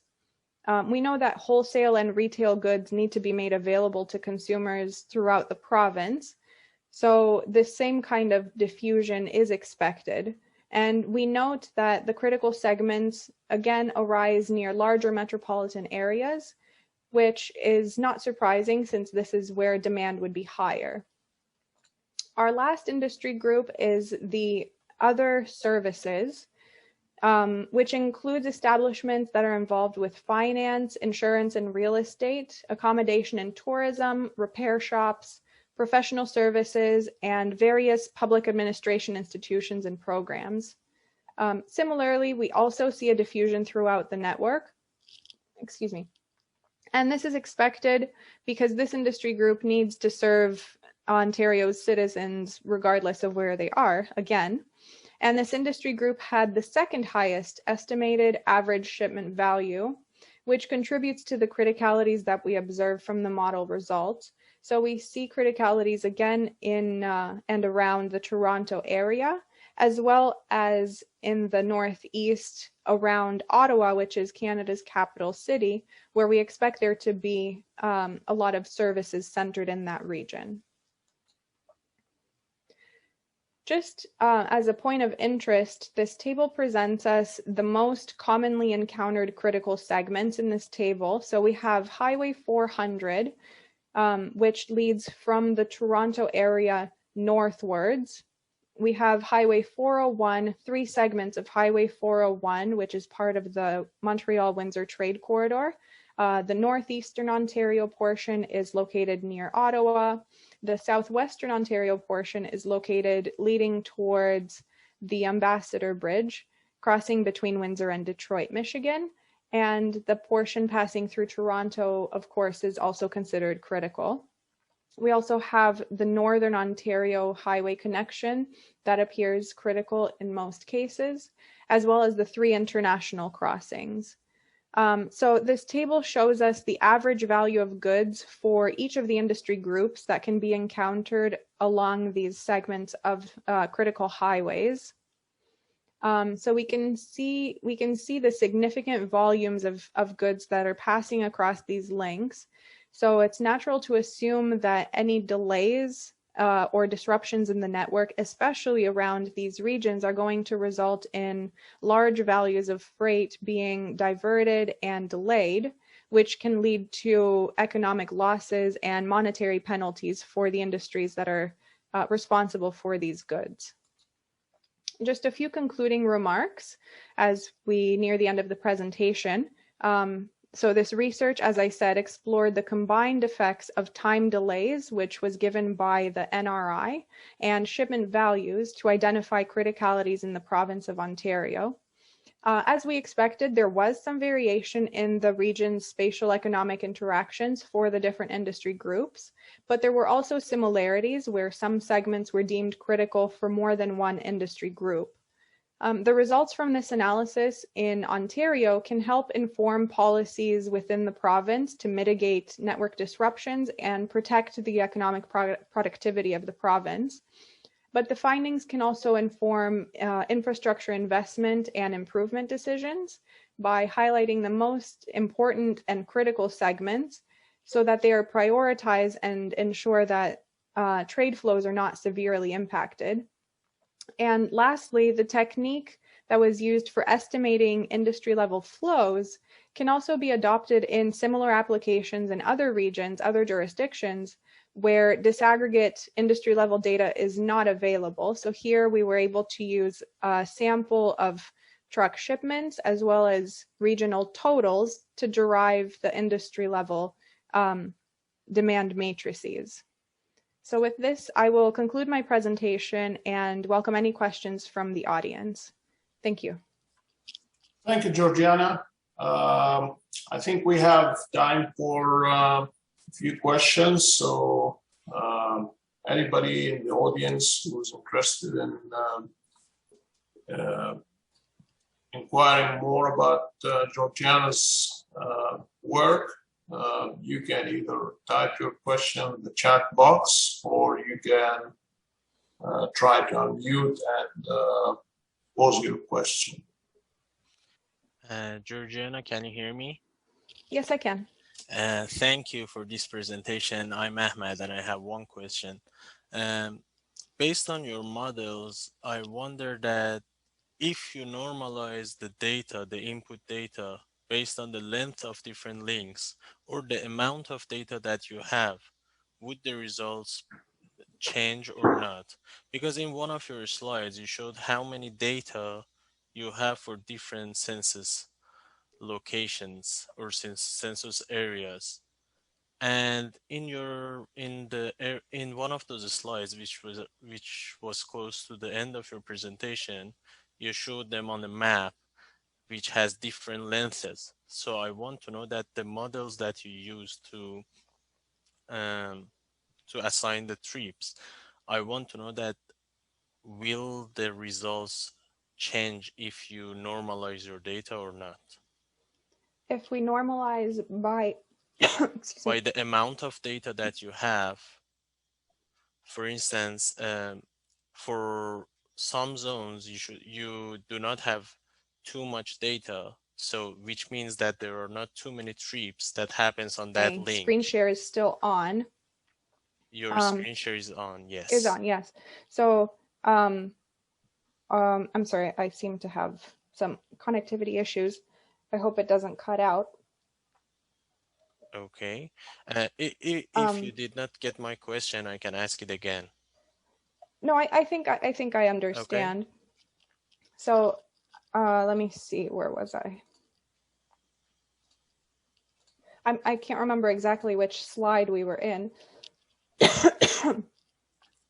But we had, right, so we had the GPS data set. This was a sample of trucking flows. So this was the one that had over 200,000 trips. Mm-hmm. And then we had the CVS, which was the provincial data set that gave us the totals. And using those two, we were able to obtain the industry level demand matrices. And one of the considerations for the economic criticality was a normalization of the shipment per length of roadway or the shipment per time. But considering that we're running a traffic assignment, we thought that the shipment value per truck would be more meaningful in our case. The shipment value per time would be useful, but there would be additional data needed in order to run this kind of criticality assessment. So just considering our data limitations, the shipment value per truck seemed to be the best approach. And it gives us an indication of criticalities because we can still measure the volumes that are passing on the links and relate that to the amount of money basically that's moving on the roads. So we expect a critical segment to be one that carries high dollar values of shipments. Thank you.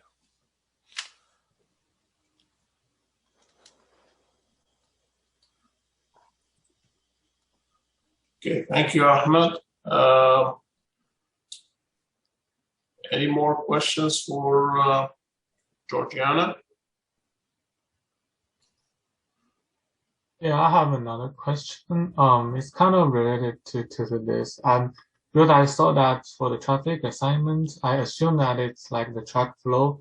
I'm just curious how that truck flow is, like how much is loaded, like they are fully loaded, like you're assuming, and what kind of freight are loaded, like in the truck. So I'm just curious about that. Like yeah, so at this stage of the research, there is no distinction made between partially loaded or fully loaded trucks. So this is using the CVS data of loaded trucks. We're not considering empty trips in this case, which I do realize that empty truck trips do form a significant portion of traffic on the road, and it's not negligible, especially when you're considering delays and network disruptions. But considering the data that we have, this is a good starting point where we consider only loaded trips for the criticality analysis. And I should mention that for the traffic assignment, the trucks were assigned a passenger car equivalent of 3 so that we can capture the effect of the trucks, because we did assign the trucks with the passenger traffic as well so that we can get a whole picture of what's happening on the network. Okay, cool. Yeah, got it. Thanks. Okay, we have time maybe for another quick question.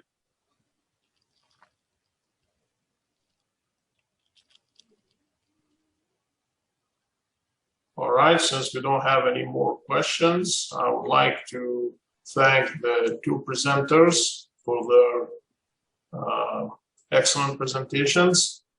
And thanks for the participants for tuning in. If you are interested in the shared economy and micro-mobility session, this will start in about 5 minutes. Otherwise, you can check the schedule and go to the room of the presentation that you wish to attend. Again, thank you very much and enjoy the rest of the conference. Have a good day. Thank you. And today he will be presenting shared mobility in suburbs, the impacts of powertrain technology. All yours. Okay, thanks a lot, Donna, for the introduction, and thanks everyone for joining the session. I will start sharing my screen. Here we go. So I'll share my desktop just to be safe and then navigate to the presentation. Perfect. So basically, I'm presenting today on behalf of our master's students, Roxana Rasouli, and this presentation is part of her master's thesis. And basically, the paper is currently under review in transportation letters. So if you are one of the reviewers and you have questions, it's better to ask the questions now to save time during the review process. Also, the paper is co-authored by Dr. Saiedeh Razavi. She's associate professor at the Department of Civil Engineering at McMaster University. So we have basically the main motivation of the study is looking into our local context in Canada, which to a great extent is similar to the situation in all North American cities and the USA. So in Canada, we have very large rural areas, and the transit service in such rural areas are either inaccessible, meaning that we don't have transit service that actually provide or extend their operation into rural communities or suburbans. And the second one, the schedule is very, very long. So you have 1 bus per hour. So it means that the bus is not accessible in terms of usability issue. The second motivation is looking into the population growth and the demographics. So how basically city grow and how different age groups are residing within the city. So we have over 6 million Canadians aging 65 and over, which means they either are unable to drive due to health or any other reasons, and most of them are located in suburban and rural communities. The third issue is looking into the spatial distribution. So even if you are operating a transit service in a rural community, you are collecting massive amount of vehicle kilometer traveled, and you have very tiny ridership. Just to put it in perspective, around 72% of transit service in Canada operates fleet smaller than 50 buses, and they operate in rural communities. And their combined ridership represent only 12% of the Canadian transit ridership. So the highest ridership is located in big metropolitan areas, such as at the GTA, Greater Toronto, Hamilton area, Montreal, or Vancouver, which again, it's very logical because you have higher population density and higher concentration of residents in these large metropolitan areas. So the city of Hamilton in Ontario is actually looking, among other cities, not exclusively the city of Hamilton. We have Belleville, Ontario, Ennisville, and Hamilton. They are looking into different avenues to actually substitute transit in suburban and rural areas and bring together on-demand ride-sharing applications or operation in their jurisdictions. So our main motivation was actually trying to aid these cities in the transition toward a hybrid model, which will actually combine on-demand and fixed route transit together, and also aid them in making a decision about which technology is more viable in terms of satisfying the demand as well as reducing greenhouse gas emission footprint of the transportation system. So in this respect, we actually trying to test 4 different scenarios called technology choice under different fleet composition and looking into the impact of implementing shared mobility solutions in suburban context as it relates into the total cost of ownership, vehicle kilometer traveled, utilization rate, occupancy rate, and the greenhouse gas emission offset. So we allocated 4 suburban areas in the city of Hamilton. So this is Lake Ontario. If you go up northeast, this is the city of Toronto, and this area is called the Golden Horseshoe. This is mainly the highest population density in Canada. So we have 4 different areas. Each one of them exhibit a unique characteristics. So we have the Stony Creek suburban here, which is like newly developed, a lot of young population residing in Stony Creek. Dundas is the historical village near the city of Hamilton, a lot of senior population. However, the special distribution of Dundas is relatively small. Waterdown is very connected to like a regional rail service here at Aldershot Go and Burlington Go, which provide easy commute to the city of Toronto. So a lot of people working in Toronto, they reside in Waterdown just to have this direct access to job opportunities in the city of Toronto. Ancaster is especially massive. It's medium to high level income, small and established families. They actually live in Ancaster. Most of them either commute to Toronto or work in Hamilton. So the reason we selected the 4 case study, just to make sure that whatever results we drive out of this analysis, the results could be generalized to other areas, as well as to test a small sensitivity analysis about how different spatial and geographical elements might play a role in the determination of the shared mobility scheme. So on the left here, you see the share of transit trips. And as you can see, it's very tiny. In Waterdown, it's less than 1%. Dundas 4%, Ancaster 1.7%, and Stony Creek about 2.5% of all motorized trips are carried out by public transportation.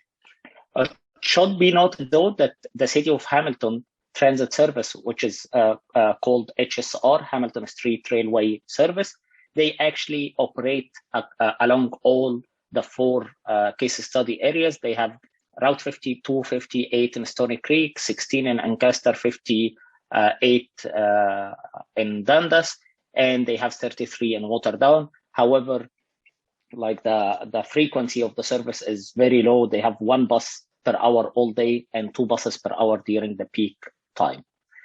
So when we look into the actual methodology that we didn't do like any fancy estimation for the on-demand.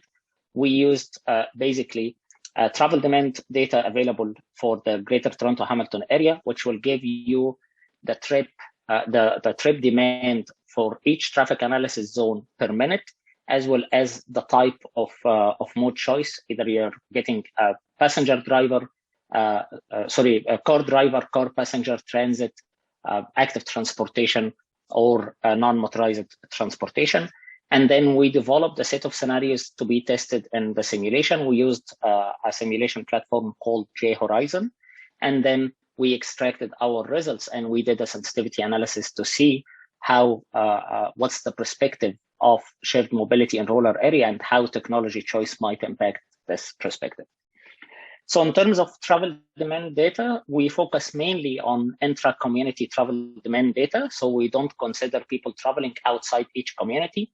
And our focus was actually people traveling within each community.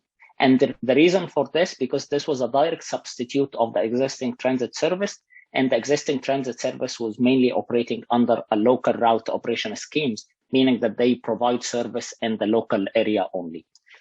So we extracted from the Transportation Tomorrow survey. It's a survey conducted by the University of Toronto, looking into travel demand data for the Greater Toronto Hamilton area. And this comes at the traffic analysis zone resolution. We aggregated the data into 5 minutes interval, meaning that we estimated the demand for travel, for intra-community travel for each 5 minutes.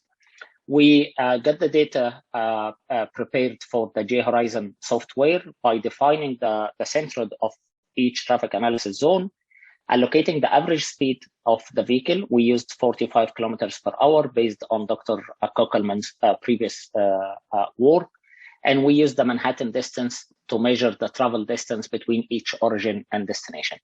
As well as from the Transportation Tomorrow survey, we have a certain time for the pickup and drop off. So we are not using this for real time on demand. We are actually have the demand predefined in our dataset. With respect to technology cost parameter, we use the purchase and tax cost for vehicles based on the vehicle models that we utilized. We added additional cost for which we call autonomous vehicle price premium, just to add the cost of equipping a vehicle with the LiDAR and additional sensors for full level 5 automation. Maintenance, driver safety attendance, license registration, insurance, energy consumption, and the greenhouse gas emission costs are also embedded in our model. So we have 4 different scenarios. The first one is actually testing internal combustion engine, and we have different vehicle capacities in our model, starting from 3 vehicles, three persons, meaning that you have the driver plus 3, all the way up to 15-seater vehicles. And we use this across all scenarios just to test what's the dominant vehicle type or what's the dominant vehicle size that is more suitable for the implementation of on-demand ride-sharing and suburban context. The second technology was using battery electric vehicle. Again, we used 3-seater, 5, 7, and 15. And then level 3 autonomous electric vehicle, meaning that we have a safety attendant on board. So this is scenario 4. And level 5 autonomous electric vehicle, which means that we don't have anyone on board and the vehicle will be driving itself. In terms of the modeling, again, similar to what I explained in slide number 5, we have the demand for each 5 minutes. We have the pickup and drop-off coordination and the time windows for the pickup and drop-off and the cost per kilometer for each vehicle type, normalized based on the cost parameters that explained earlier. So basically, you add this into the J-Horizon and the software will solve the vehicle routing problem for you.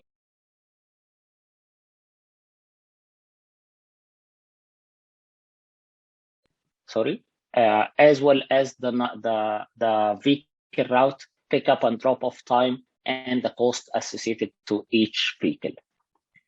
So looking into the results, the first one is actually looking into the cost per passenger trip. And as you can see, the cost per passenger trip is way lower when we speak about full automation. So scenario number 3, autonomous electric vehicle, which referring to level 5 automation, because of the reduction of the cost of the driver. So you'll see significant drop in the cost per passenger trip when you utilize level 5 autonomous vehicle in your on-demand service. The second lowest cost when you go into level 3 automation, so you have only safety attendant on board, so the wages of the safety attendant is relatively lower than the wages for operators or drivers, and this is why you see the cost is getting down. So if we would like to compare apple to apple, basically look into the internal combustion engine and the battery electric vehicle, and you'll see that the battery electric vehicle is relatively higher. And this is because of we didn't optimize the electricity time of use rates, and the battery electric vehicle is charged based on as needed. So you have 2 parameters adding to this. First, the downtime of the battery electric vehicle during the charging, as well as we have higher electricity rate, especially during peak electricity demand in the morning and the afternoon. And these 2 parameters explain the added cost or the relatively higher cost when you're driving battery electric vehicle, when you're utilizing battery electric vehicle versus internal combustion engine. So when we look into per kilometer cost, this is fixed, almost fixed parameter. This is very tiny changes that will actually change the per kilometer cost. Again, attributed to the utilization of your battery and the variation and the elevation, especially when you're driving battery electric vehicles in scenario 2 and 3 and 4. But the most important result is looking into the greenhouse gas emission offset, and it's no brainer. Any battery electric technology, either in scenario 2 battery electric vehicle or autonomous electric vehicle in scenario 3 and 4, they bring significant greenhouse gas emission offset, and also they capitalize on the low carbon intensity in the Ontario electricity generation profile. So in Canada, we have very low, I think the second lowest carbon intensity electricity grid globally.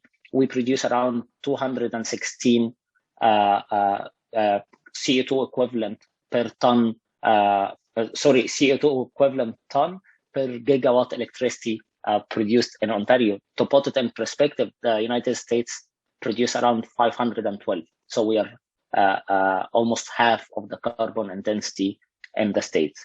So the utilization of battery electric technologies in the on-demand profile will bring significant reduction in greenhouse gas emission. However, the most important one, at least for myself as a transit scholar, is looking into the vehicle size. And this is for me is a kind of an eye-opening results when I look into on-demand implementation in rural area. So as you can see in the slides, the highest bar across every scenario and across all case studies is the gray bar, which represent a 15-seater minibus, meaning that when you look into your fleet composition, you will see the fleet is dominated by larger vehicle size. So you can interpret this finding in two different ways. A, that if you are bringing on-demand ride sharing to substitute transit, you might need to reduce your, you don't need to bring a new fleet of small vehicles. You can actually produce a better service if you have larger vehicle capacities up to 15 passengers. The second one, even in the internal combustion engine, which was surprising for me, that we see that the dominant vehicle size is 15-seater as well, and the second dominant is the 3-seater vehicle. So these represent two ends of this, like two polar ends. Either you go with 3-seaters and serve your demand, or go with the larger vehicle and also try to serve your demand. But this will impose some additional added travel time in your trip. In this respect, I must highlight that in our study, we allowed increase of the travel time. However, we use the penalty function. Whenever you increase the travel time between point A and point B to pick up additional customer, this will add additional cost parameter, which is actually a penalty for the wasted time for each passenger. So despite the fact that we have this penalty, we still have our fleet dominated by larger vehicle size. So when we look into the utilization rate, again, this echoes the finding of the fleet composition. We see that the highest values in the utilization rates are associated with larger vehicle size, meaning that larger vehicles will get at more occupancy values, and they will have higher utilization rates measured as the number of kilometers passengers versus the number of kilometers driven with some passengers on board. So do a simple sensitivity analysis just to try to understand what are the key parameters that might impact our model, and reminding you that we used 4 different case studies. Each case study exhibits a unique characteristics in terms of population density, number of trips per capita, as well as the area or the special characteristics of the rural area. And you can see here that basically when you look into the area and utilization rate whenever you grow your spatial area, you have higher utilization rate. Again, we need to dig a little bit deeper to either dismiss or reconfirm this sensitivity analysis, because the notion in the literature that if you have higher population density and smaller area, you should have higher utilization rate of your on-demand operation. However, this sensitivity analysis is showing that even if you increase in your rural area, you still achieve higher utilization rates in your vehicle. So this may be this is an area worthy of future investigation. Other sensitivity analysis, they are kind of no-brainers. When your population grow up, your intra-community trips will grow as well. So you have a positive linear relationship. Similarly, if you have the vehicle kilometer travel and the cost, you will have a linear relationship. So just to put this in few sentences to conclude. So the motivation was looking into, do we have a business case for shared mobility in suburban areas, yes or no? And our study proved that yes, we will bring the cost of trip significantly lower, as well as compared to transit service, we will achieve significant greenhouse gas emission reduction. We will serve 100% of the intra-community demand, which is not currently being served by transit. The maximum demand served by transit in our case studies was 7.5% of all like automotive, all auto-oriented trips in the suburbans. So again, some conclusions that kind of general knowledge by now. If you have fully automated electric vehicle, the cost will be significantly lower because you're getting rid of the cost of the operator or the driver. But the key finding of this study that if you're operating an on-demand service to substitute transit for intra-community, most likely your fleet will be dominated by larger vehicle size, and this will bring significant greenhouse gas emission reduction and increase the utilization rates in your system. So by this note, I would like to acknowledge the support from NSERC, as well as to acknowledge my co-authors, the first author, Roxana, and Dr. Razavi as well. Okay, thank you. Thank you very much. Do we have questions from the audience? You can just unmute yourself to ask the question since we don't have any in the chat box. I have a question. Go right ahead. Thank you very much. Good to see you all. So it's actually about kind of what's going on in the background, I guess, in that J Horizon vehicle routing problem solver you have. So it's capable of solving like a multi-vehicle size, EV charging, many vehicle, many requests optimization problem. Thanks a lot, Michael, for the question. And for sure, you know better than me. You're the expert in this area, not me. So, but somehow, yes. So we played around with J Horizon. So J Horizon can solve what's called heterogeneous fleet using different vehicle sizes and different technologies. So the way we played with the EV just to accommodate the actual charging time or the downtime, that we reduce the availability of the vehicle. So based on the vehicle schedule, so every 100 kilometer, we added a percentage based on the vehicle size and the battery size that the vehicle will be down during this period. For the cost, each vehicle type that you run in the model, you can attach the unique cost parameter for each one of them. Okay. Yeah, I mean, that your results in terms of it favoring the large vehicles was a bit surprising. And I was just wondering if that is the result of some heuristic or some objective in the J Horizon approach that's kind of pushing it towards there. I mean, I'm not saying, obviously, I have no idea if it's wrong or right. It's a little surprising. Honestly, we have the same question. So what we did, and again, feel free to recommend additional solutions. What we did is actually looking into if our penalty is actually not kicking in to increase the cost. So when you have larger vehicle, it means that the vehicle will have multiple stops, so you'll have longer travel time between pickup and drop off. So we added a penalty function for each additional pickup to the original trip. So maybe because we're using a lot of cost parameters for the vehicle, the actual penalty function is not, the weight of the penalty function is not big enough to change the actual cost of the fleet. So this is why the software is always favoring the 15-seater. So this is our suspicion around why the 15-seaters. However, when you look into the internal combustion engine, we still have results dominated by larger vehicles. So the next step that we are trying to do is looking into different weight functions out and how sensitive is our model to increase or decrease the penalty attached to the additional trip time.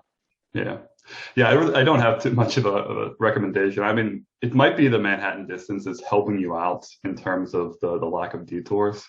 I mean, we're trying to do something similar for freight vehicles with multiple sizes. And I mean, as far as we know, I mean, the problem's too complicated to solve exactly.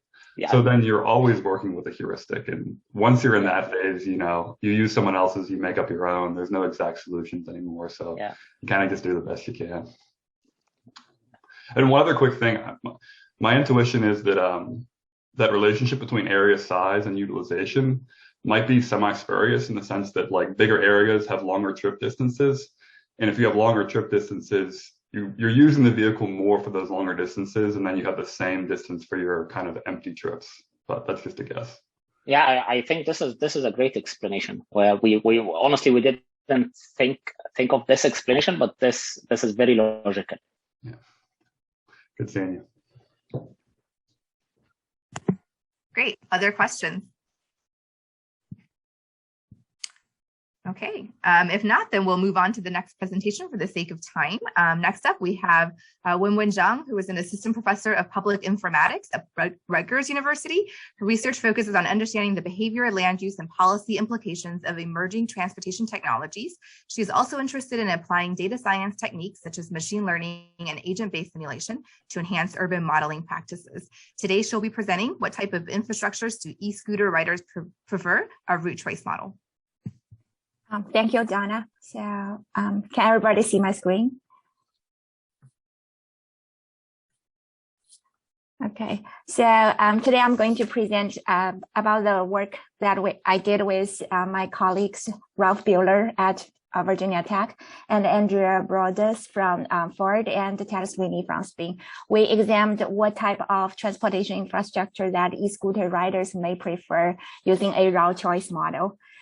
So just some background. So the micromobility, as you know, it has been expanded dramatically in the past few years. And if you look at the most recent data released by NACTO, you see that it has been growing exponentially since the introduction of the e-scooters.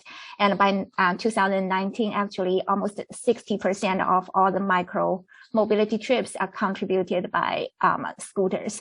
But if you do a recent, we did a literature review on the e-scooter studies, and most of it is focusing on the safety of the travel mode because it's new and everybody is kind of skeptical about it, and mostly using the emergency room records from the public health domain, and also a lot of big data analysis in terms of temporal, spatial, or spatial temporal kind of pattern analysis. There are also a couple riding behavior interview kind of studies, etc. But you can see that in general, the mode is emergent, but we don't have a lot of understanding regarding what type of infrastructures do riders actually prefer to ride.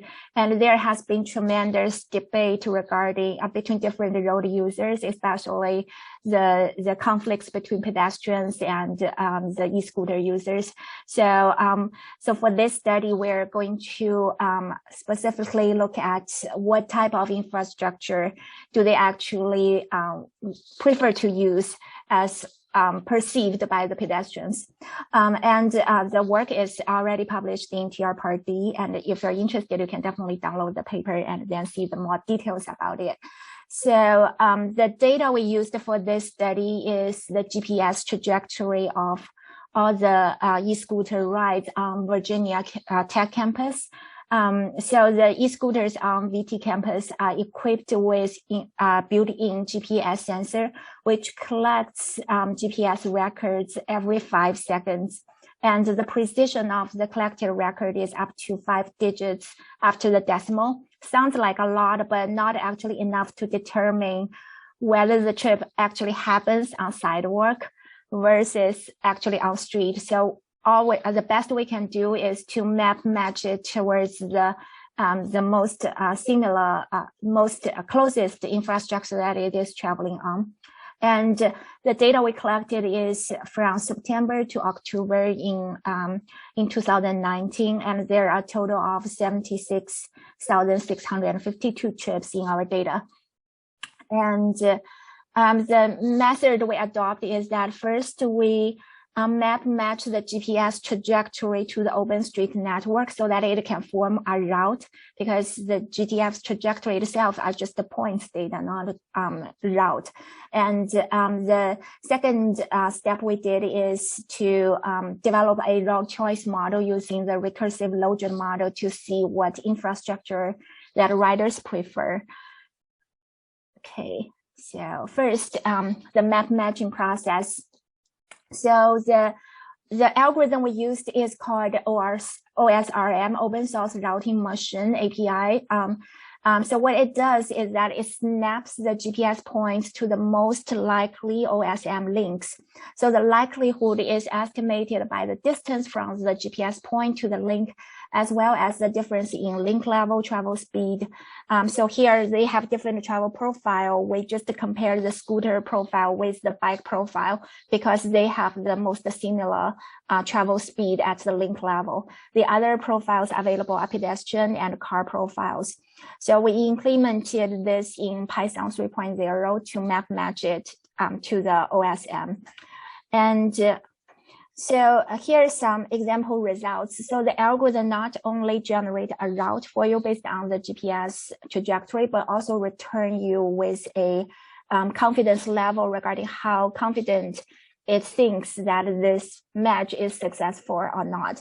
So here are some distribution of the confidence level. So on the left-hand side, you see the level is very low, 0.05.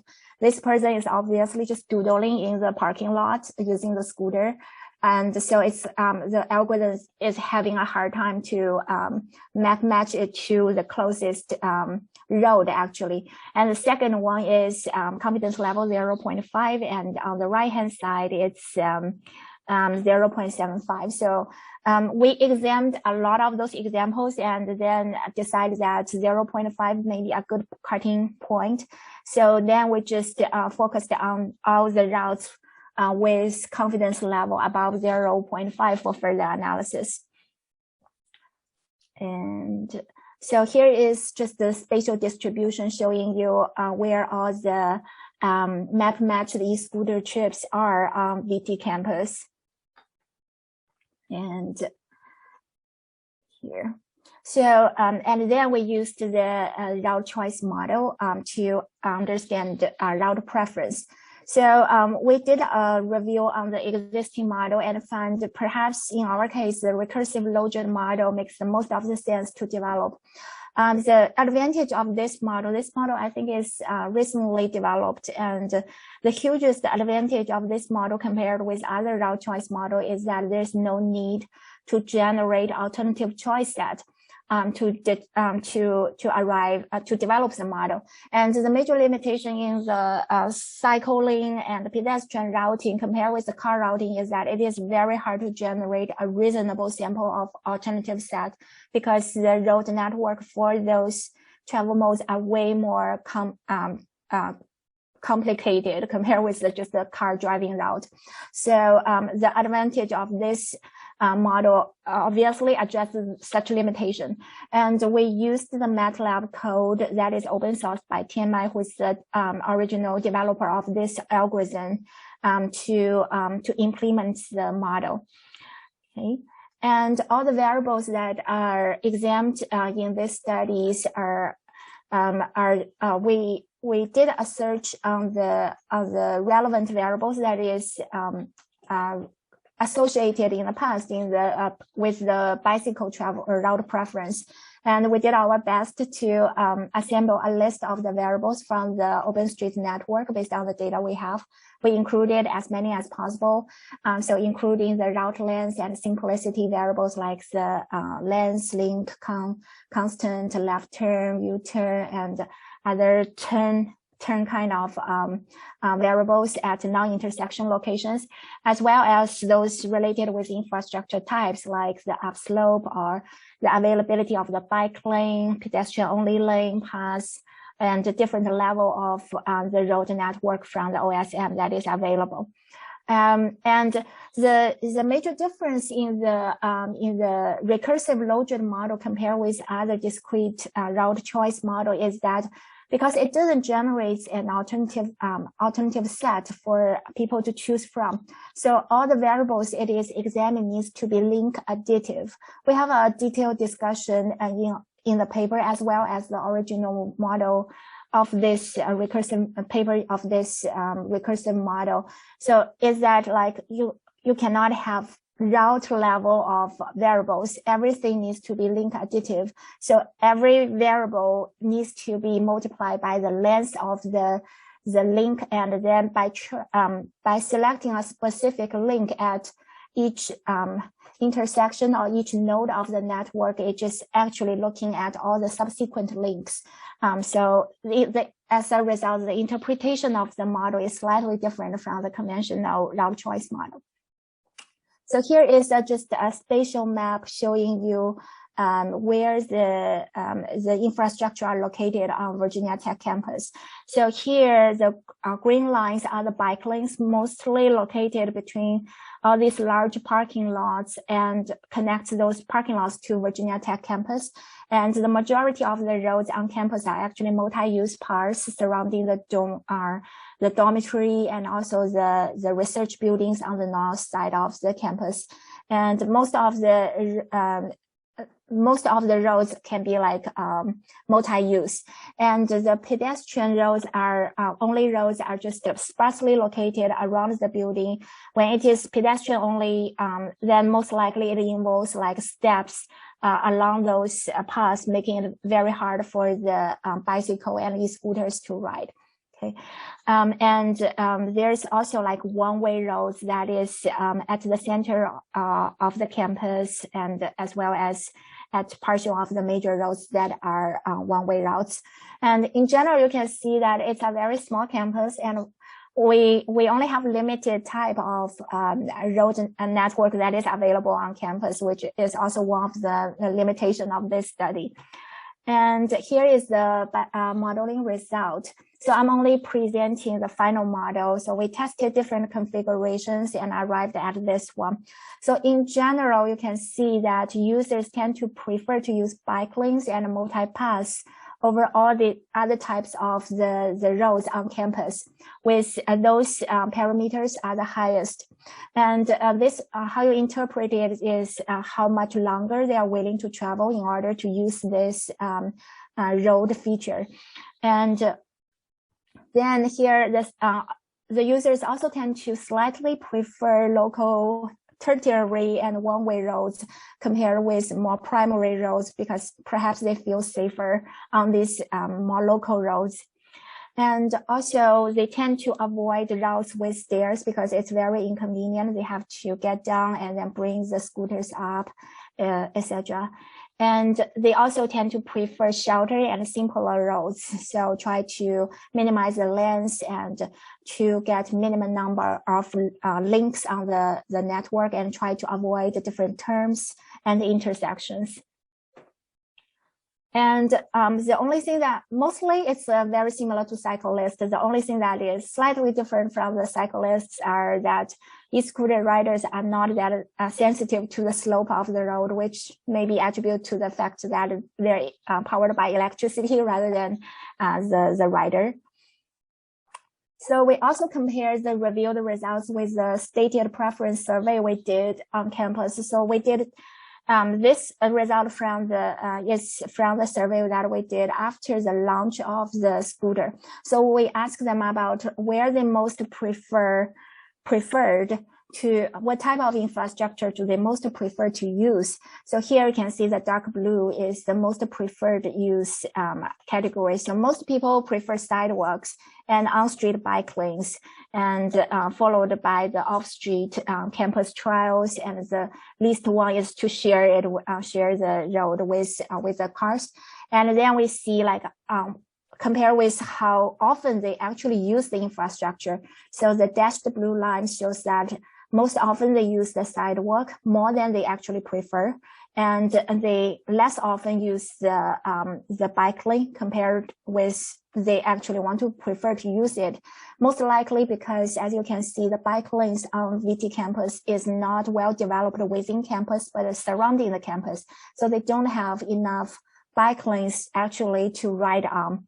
And then we also asked them what do they least prefer to use, which is on street, of course, and then correspondingly they also tend to not to use it, to avoid it.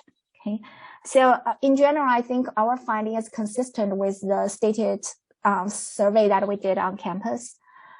And the major limitation of this study is that, so as I said before, the GPS record we have is not precise enough to conduct more refined scale kind of analysis on it. And also our study area has a campus setting with limited route choices actually, and has a different local travel culture compared with the urban setting, and also tend to have limited infrastructure types available on the campus setting. So the results may only be generalizable to other campuses in the US, but may not be very relevant for cities who are operating for those kind of programs. And we also have a lot of missing variables that merit future studies, like social demographic, weather, traffic volume, PET, which is surprisingly a major complaint for a lot of e-scooter users, and also more refined infrastructure conditions assessment. So the major takeaway for this study is that e-scooter route preference is very similar to cyclists. So they tend to prefer shorter and simpler routes, and prefer routes with more bike-friendly amenities, and tend to avoid pedestrian-only roads, and they are not sensitive to the slope. And the VT campus survey also shows that more e-scooter riders are forced to use sidewalks than they may prefer.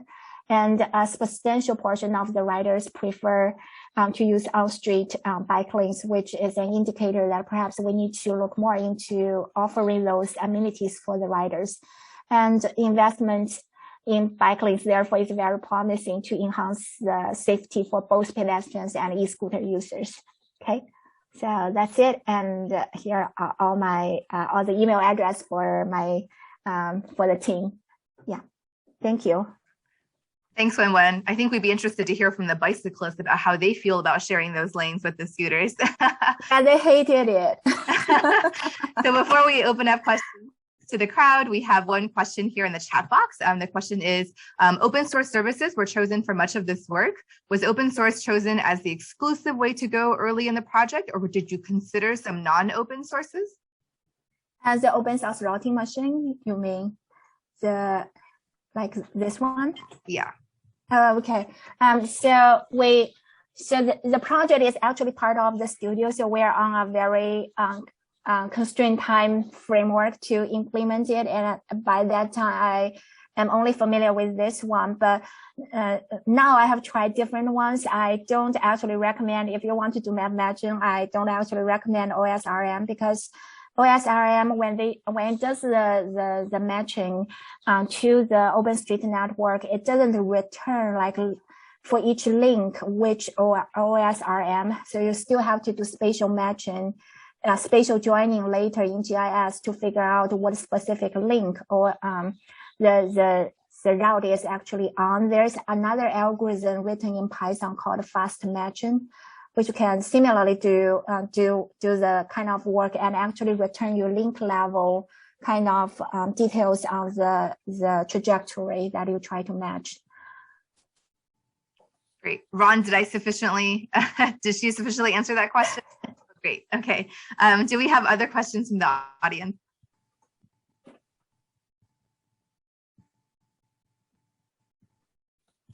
Okay. If not, then we'll move on to the third presentation of the session, which is examining association.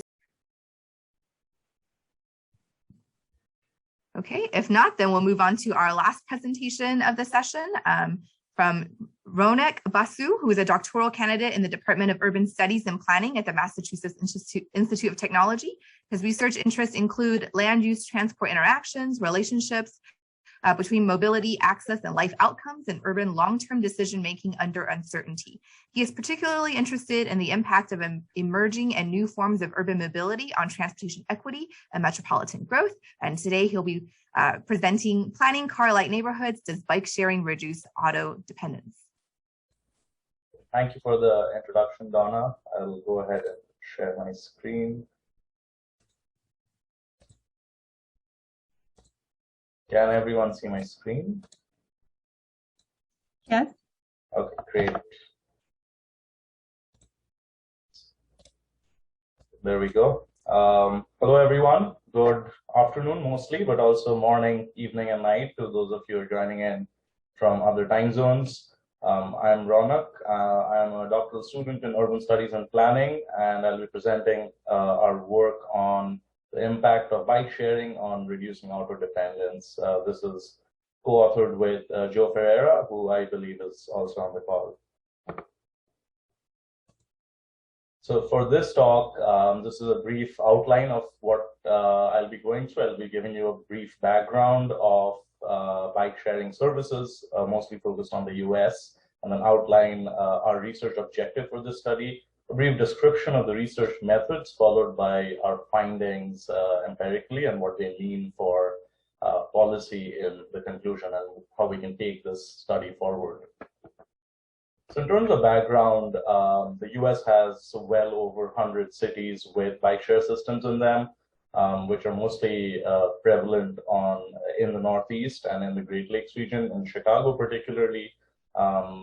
Statistics from NACTO on the right show how bike sharing has really picked up over the years, especially over the last decade. And now with e-scooters, we're seeing more trips from e-scooters. But recent regulations also show that people are not particularly pleased with how e-scooters are operating and the kinds of infrastructure they tend to use. And that has led to some conflicts. And in some cases, cities have issued regulations banning e-scooters. But bike sharing, especially station-based bike sharing, seems to be here to stay, with a steady increase in the number of trips taken over the last decade. Now, there are 4 major bike share operators in the US. You have DC, which has Capital Bike Share. You have City Bike in New York City, Divvy in Chicago, and Hubway, which is now known as Blue Bikes in the Boston area. And this plot on the left shows you the relative shares of the trips, the relative numbers of trips taken across these systems over the years. Now, there's been a critique of bike sharing systems in terms of who can actually afford to use bike share and the demographics that they cater to. And in particular, the question of who can afford a bike share pass has arisen many, many times in several studies. And NACTO has reported in 2016 that around 1 in 4 bike share systems in the US, including the one in Boston, provide income-based subsidies for low to moderate income individuals. Bike share obviously has several effects on public health and the environment. We won't really get into that for this study, but what we're most interested in are the impacts of bike sharing on travel behavior. So there have been some studies in the past which show that bike sharing can increase physical activity as well as the time spent on active travel, and these impacts occur fairly quickly. A study has found that these impacts are measurable significantly within only 2 years of a new bike share program being instituted in a city. In terms of the impacts of bike sharing on mass transit, studies have found both complementary and competitive relationships and all of which depends on the local context and the density of consumers that are using mass transit and or bike share. In terms of private autos, bike share can substitute for car trips. A couple of studies have shown that across various contexts, not just limited to the US, but this is somewhat dicey, and this is what we'll try to get at with this study. So what's our research objective here? As the name of the talk suggests, we are interested in understanding the impacts of bike sharing on reducing auto dependence. But we're concerned with how the literature has tackled this question so far. So in the literature, among the two studies that I mentioned earlier, the auto substitution effects are self-reported. The researchers have asked questions such as the following in their surveys, and some few examples are, since joining the bike share since joining the bike share program, I have made trips with public transit and bike sharing that I would have previously done with a car. Or, for example, as a result of my use of bike sharing, I use my car, and then the respondent can choose along a lighter scale of much more often to much less often or no change at all. Now, these questions allow the respondent to think about a hypothetical situation where bike share did not exist, or whether they would have taken any different form of modes or a mix of modes instead of bike sharing. So, for example, this question, thinking about your last journey on bike share, which mode of transport would you have taken had it not existed, is somewhat problematic. Retrospective surveys, such as the ones done by previous researchers, can suffer from recall bias, and that's true across a variety of studies, not just those in particular. Now, the self-reported mode substitution effects can be overly optimistic, as we have found in the case of stated preference surveys. And the most important, perhaps, is to remember that even if people are reporting trip substitution, a single trip being substituted in favor of a bike does not necessarily imply long-term substitution.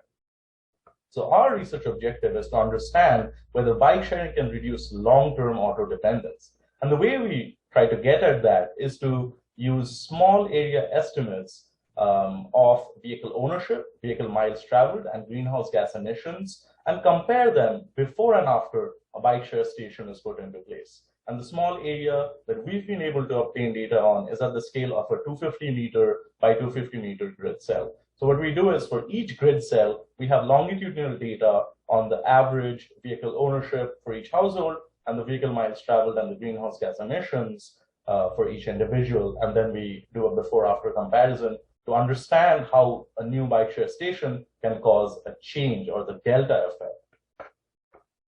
And we have a few hypotheses that we'd like to test along the way. So first of all, there's a hypothesis about the overall effect of bike sharing. And we feel that bike sharing can have a positive effect on reducing auto dependence.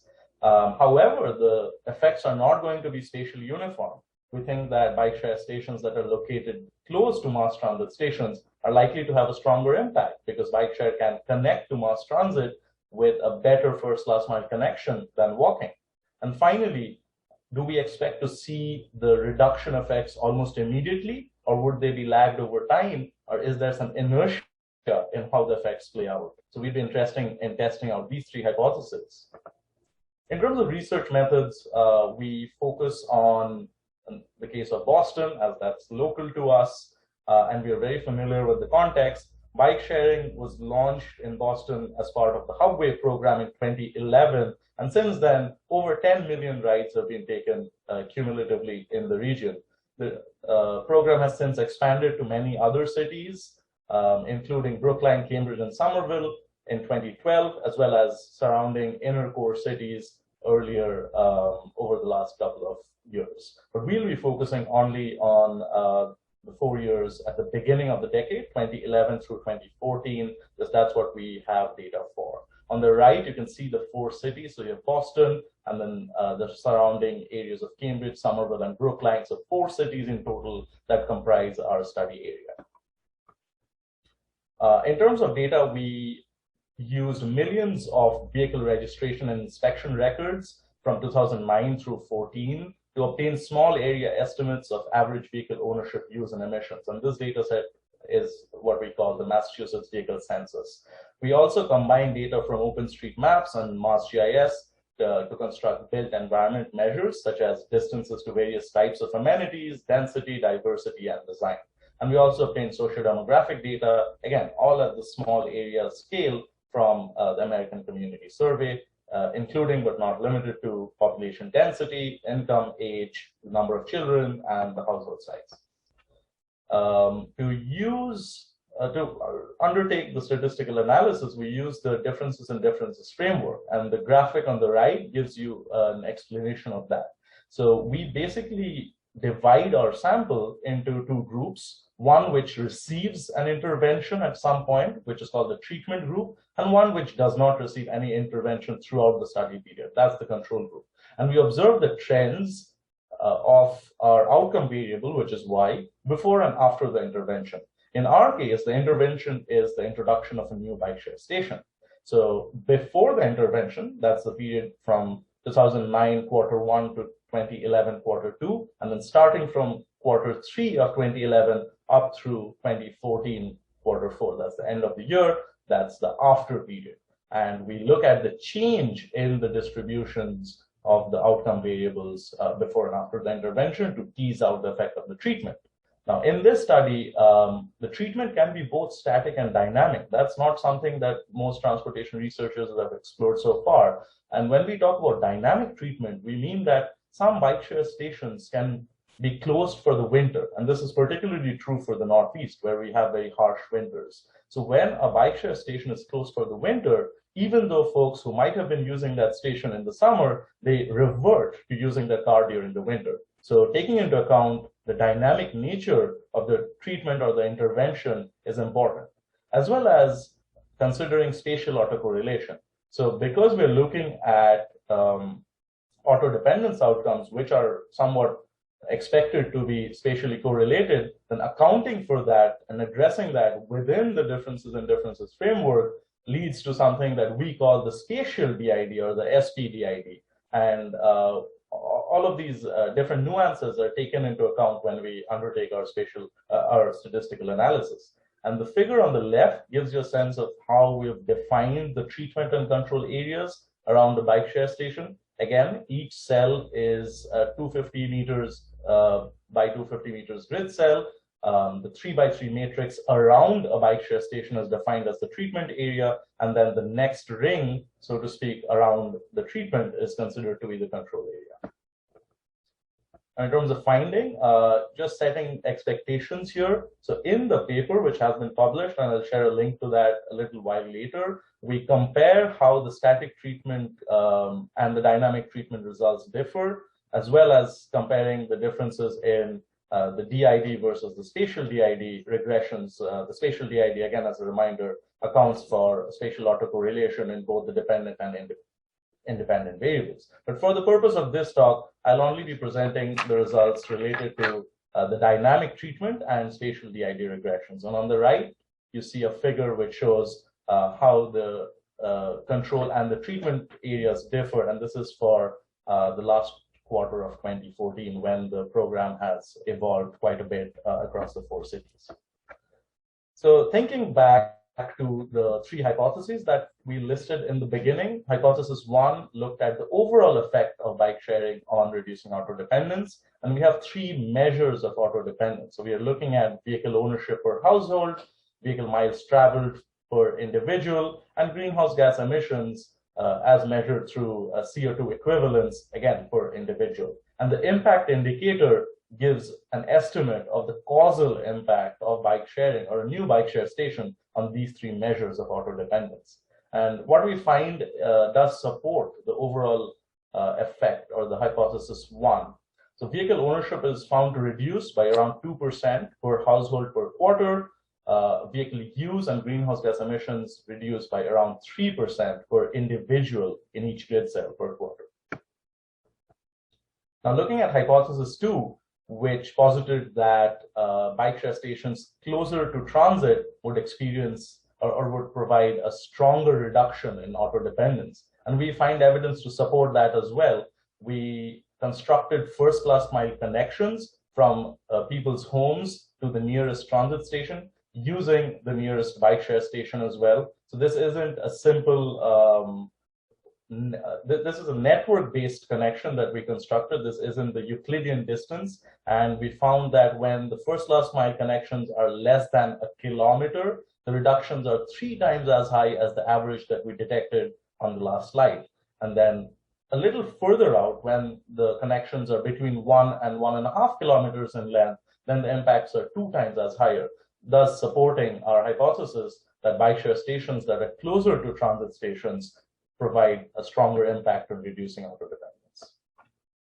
And finally, looking at the third hypothesis, where we had posited that there would be a lagged effect over time, we find that as soon as a new bike share station is put into an area, immediately in the next quarter, there's a peak in the vehicle reduction, but that can last up to a year after the new bike share station is put in. And the reductions in vehicle miles traveled and greenhouse gases can last up to 1.5 years after the bike share station has been put in. So we do see a sustained effect in reduction of auto dependence, even up to a year or a year and a half after the new bike share station has been introduced. So to conclude, let me first provide a summary of our findings. A new bike share station can reduce vehicle ownership per household, that's important to remember, by around 2%, and vehicle miles traveled and greenhouse gas emissions per person within the grid cell by around 3% per quarter. These reduction impacts can be magnified in places where bike share connects to transit, especially within 1.5 kilometers, and these reductions can last up to 1.5 years after a new bike share station has been installed. But all of this points to a bigger picture. We have detected changes or reductions in auto dependence, but the question that we're trying to get at is, how do bike share programs change neighborhoods? Now, the evidence that we've uncovered through this study suggests that there may be some self-selection of bike-loving households or bike lovers moving into the neighborhoods, thus providing those reductions in auto dependence. However, we haven't really explored the impacts on the housing market yet. We'd be interested in learning more about who's moving in close to bike share stations and how does their travel behavior compare to the original residents of that area. Do we detect any accessibility or bike share induced gentrification and displacement? And how does the travel behavior of the neighborhood around that location where the new bike share station has been put in change as a result? In terms of policy implications, the evidence that we've presented in the study supports investing in bike share to reduce auto dependence, especially in the inner cores of large metro areas, which have an adequate density of transit, and especially in neighborhoods that are close to transit stations. We might also want to approach this problem from a different angle, especially through the perspective of large employers who might be able to provide employee benefit programs that incentivize commuting to work using bikes instead of cars. And when we talk to policymakers, we should be careful about managing expectations about reducing vehicle ownership, because we know that households, especially in the US, place a lot of value on owning a car because of the added convenience that gives them. So even if households continue to own a car, but still use bike sharing in lieu of their cars after having access to a station, that's a win in terms of encouraging sustainable mobility outcomes. With that, I'd like to point you to the paper, which goes into many more details of these comparisons, and we have an expanded discussion of what these empirical findings mean for policy and practice. And I'd like to throw the floor open for questions. Thank you for your attention. Thank you. Great presentation. Could we take some questions from the audience? You can just go ahead and unmute and speak. I have a question. Thank you. With respect to research that's done, new innovative technologies and services, there's always the groups, jurisdictions that are innovative, forward-looking, and will try something, and others that are not. How much of a factor do you think was part of the jurisdictions that did go for the new service and those that refused to go for it? Was a history of innovation a part of what you had seen, or not necessarily? There is some evidence which says that the locations where bike share stations are placed are not always equitable. So there are some vested interests in which locations or which neighborhoods get bike share stations. So that's something to keep in mind when we interpret these results. Additionally, because we're considering a longitudinal study looking at 4 years of data, and we've looked at data after that as well, which is not in the slides, we found that the program has expanded all over Boston. So lower income neighborhoods such as Roxbury or Dorchester, which have higher shares of non-white populations, also have bike share stations now. So we haven't really looked at, let's say, the impacts, comparing the impacts across high income and low income neighborhoods. That's not part of these slides, and we haven't looked at that yet, but we'd be happy to delve deeper. Thank you. Thank you very much. Other questions? I can unmute, I guess. So fantastic slides. We love your format and layout, Rounaq. Thanks so much for taking the time to do that.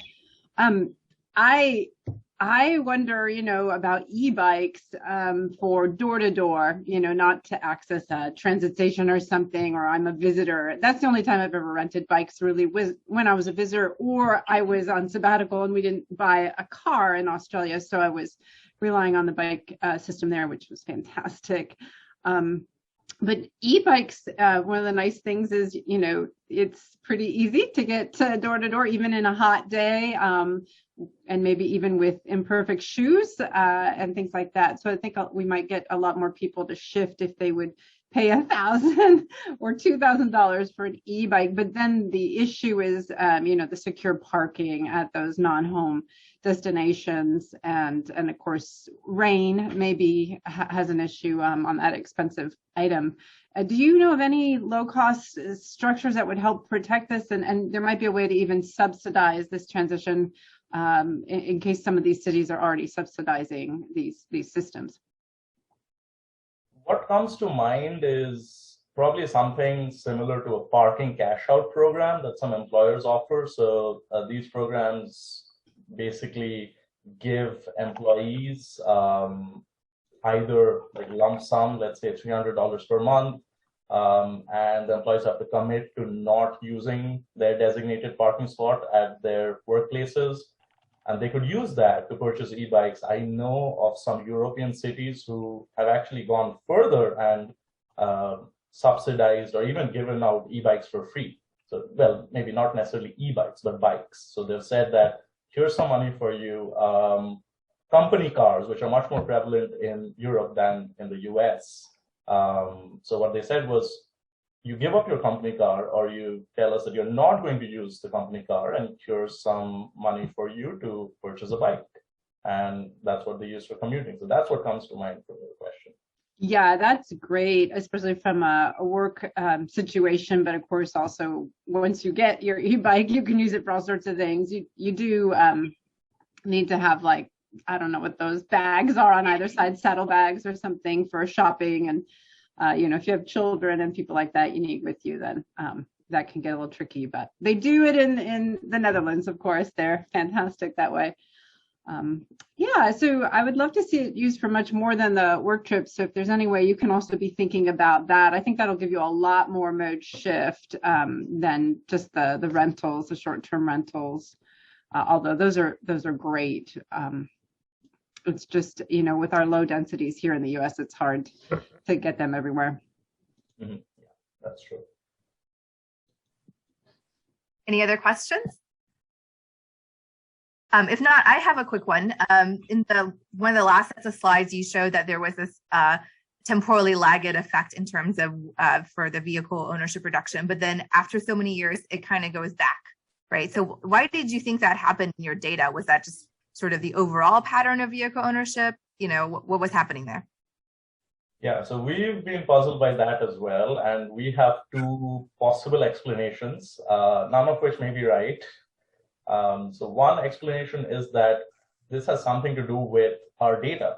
So the bike sharing program started in the third quarter of 2011, and then we have data only through 2014. So we only observed 2.5 years of bike share impacts, so to speak. And then we're trying to look at, well, how long does this effect last? So maybe the data at the end is somewhat shaky, or we just don't have enough data to observe the lagged impact over a much longer period of time.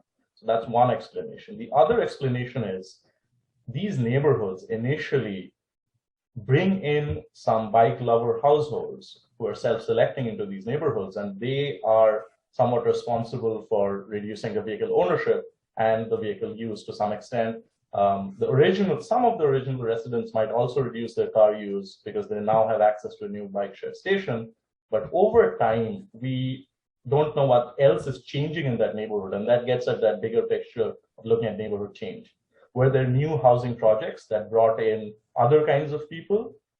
Did they bring in their cars with them? Because we are observing these small area estimates of average vehicle ownership and use. We don't observe individual residents or households. So there's much more going on apart from the bike share station within that neighborhood that we don't know about. Right. It might be interesting to examine either like citywide or even statewide vehicle ownership patterns during that same time to see if there's also some underlying pattern going on there. So, okay. So I think that brings us to the end of this session. We're ending a little bit early, so I encourage you to check out the other concurrent tracks that you have 30 minutes left to check out. Otherwise, thank you everyone for participating in this session, and we'll see you around soon. Thanks so much for moderating this. Thanks everybody for participating. You all get a gold medal for the Bridging Transportation Research Olympics. Go ahead. Are the presentations going to be available? I missed that. Yeah, it'll take about a week, but all recordings. And I think those headliners, we had 5 of them, 3 in Eastern sessions and 2 here. I think they're going to give us their slideshows. So those may go up before we're able to parse all of the YouTube video content. Yantao's been incredibly involved in all of this and the program and everything. And then, of course, he had to be the tech staff on these rooms. So he's behind a lot of that work. So thank you, Yantao. And yeah, I think by the end of next week in our archives section, so if you look at the bridgingtransport.org website, there's an archives tab at the top, and that leads to BTR 1's recordings on YouTube, BTR 2's, and now we're going to have BTR 3's plus those PDFs of slideshows. Great, that'll be good. Thank you very much. Sure. Jason Hawkins, also another major contributor to this event. He is actually going to be taking over a bigger role next year. So for BTR 4, remember to send in your papers. It'll probably be March, April, and then we'll try to get the program up earlier next year. We were sort of slowed because of TRB's process of when they were going to finally put this into their e-newsletter. So sorry that we didn't get the program up until recently. You guys take care. Donna, say hi to those kids and to Mike for me.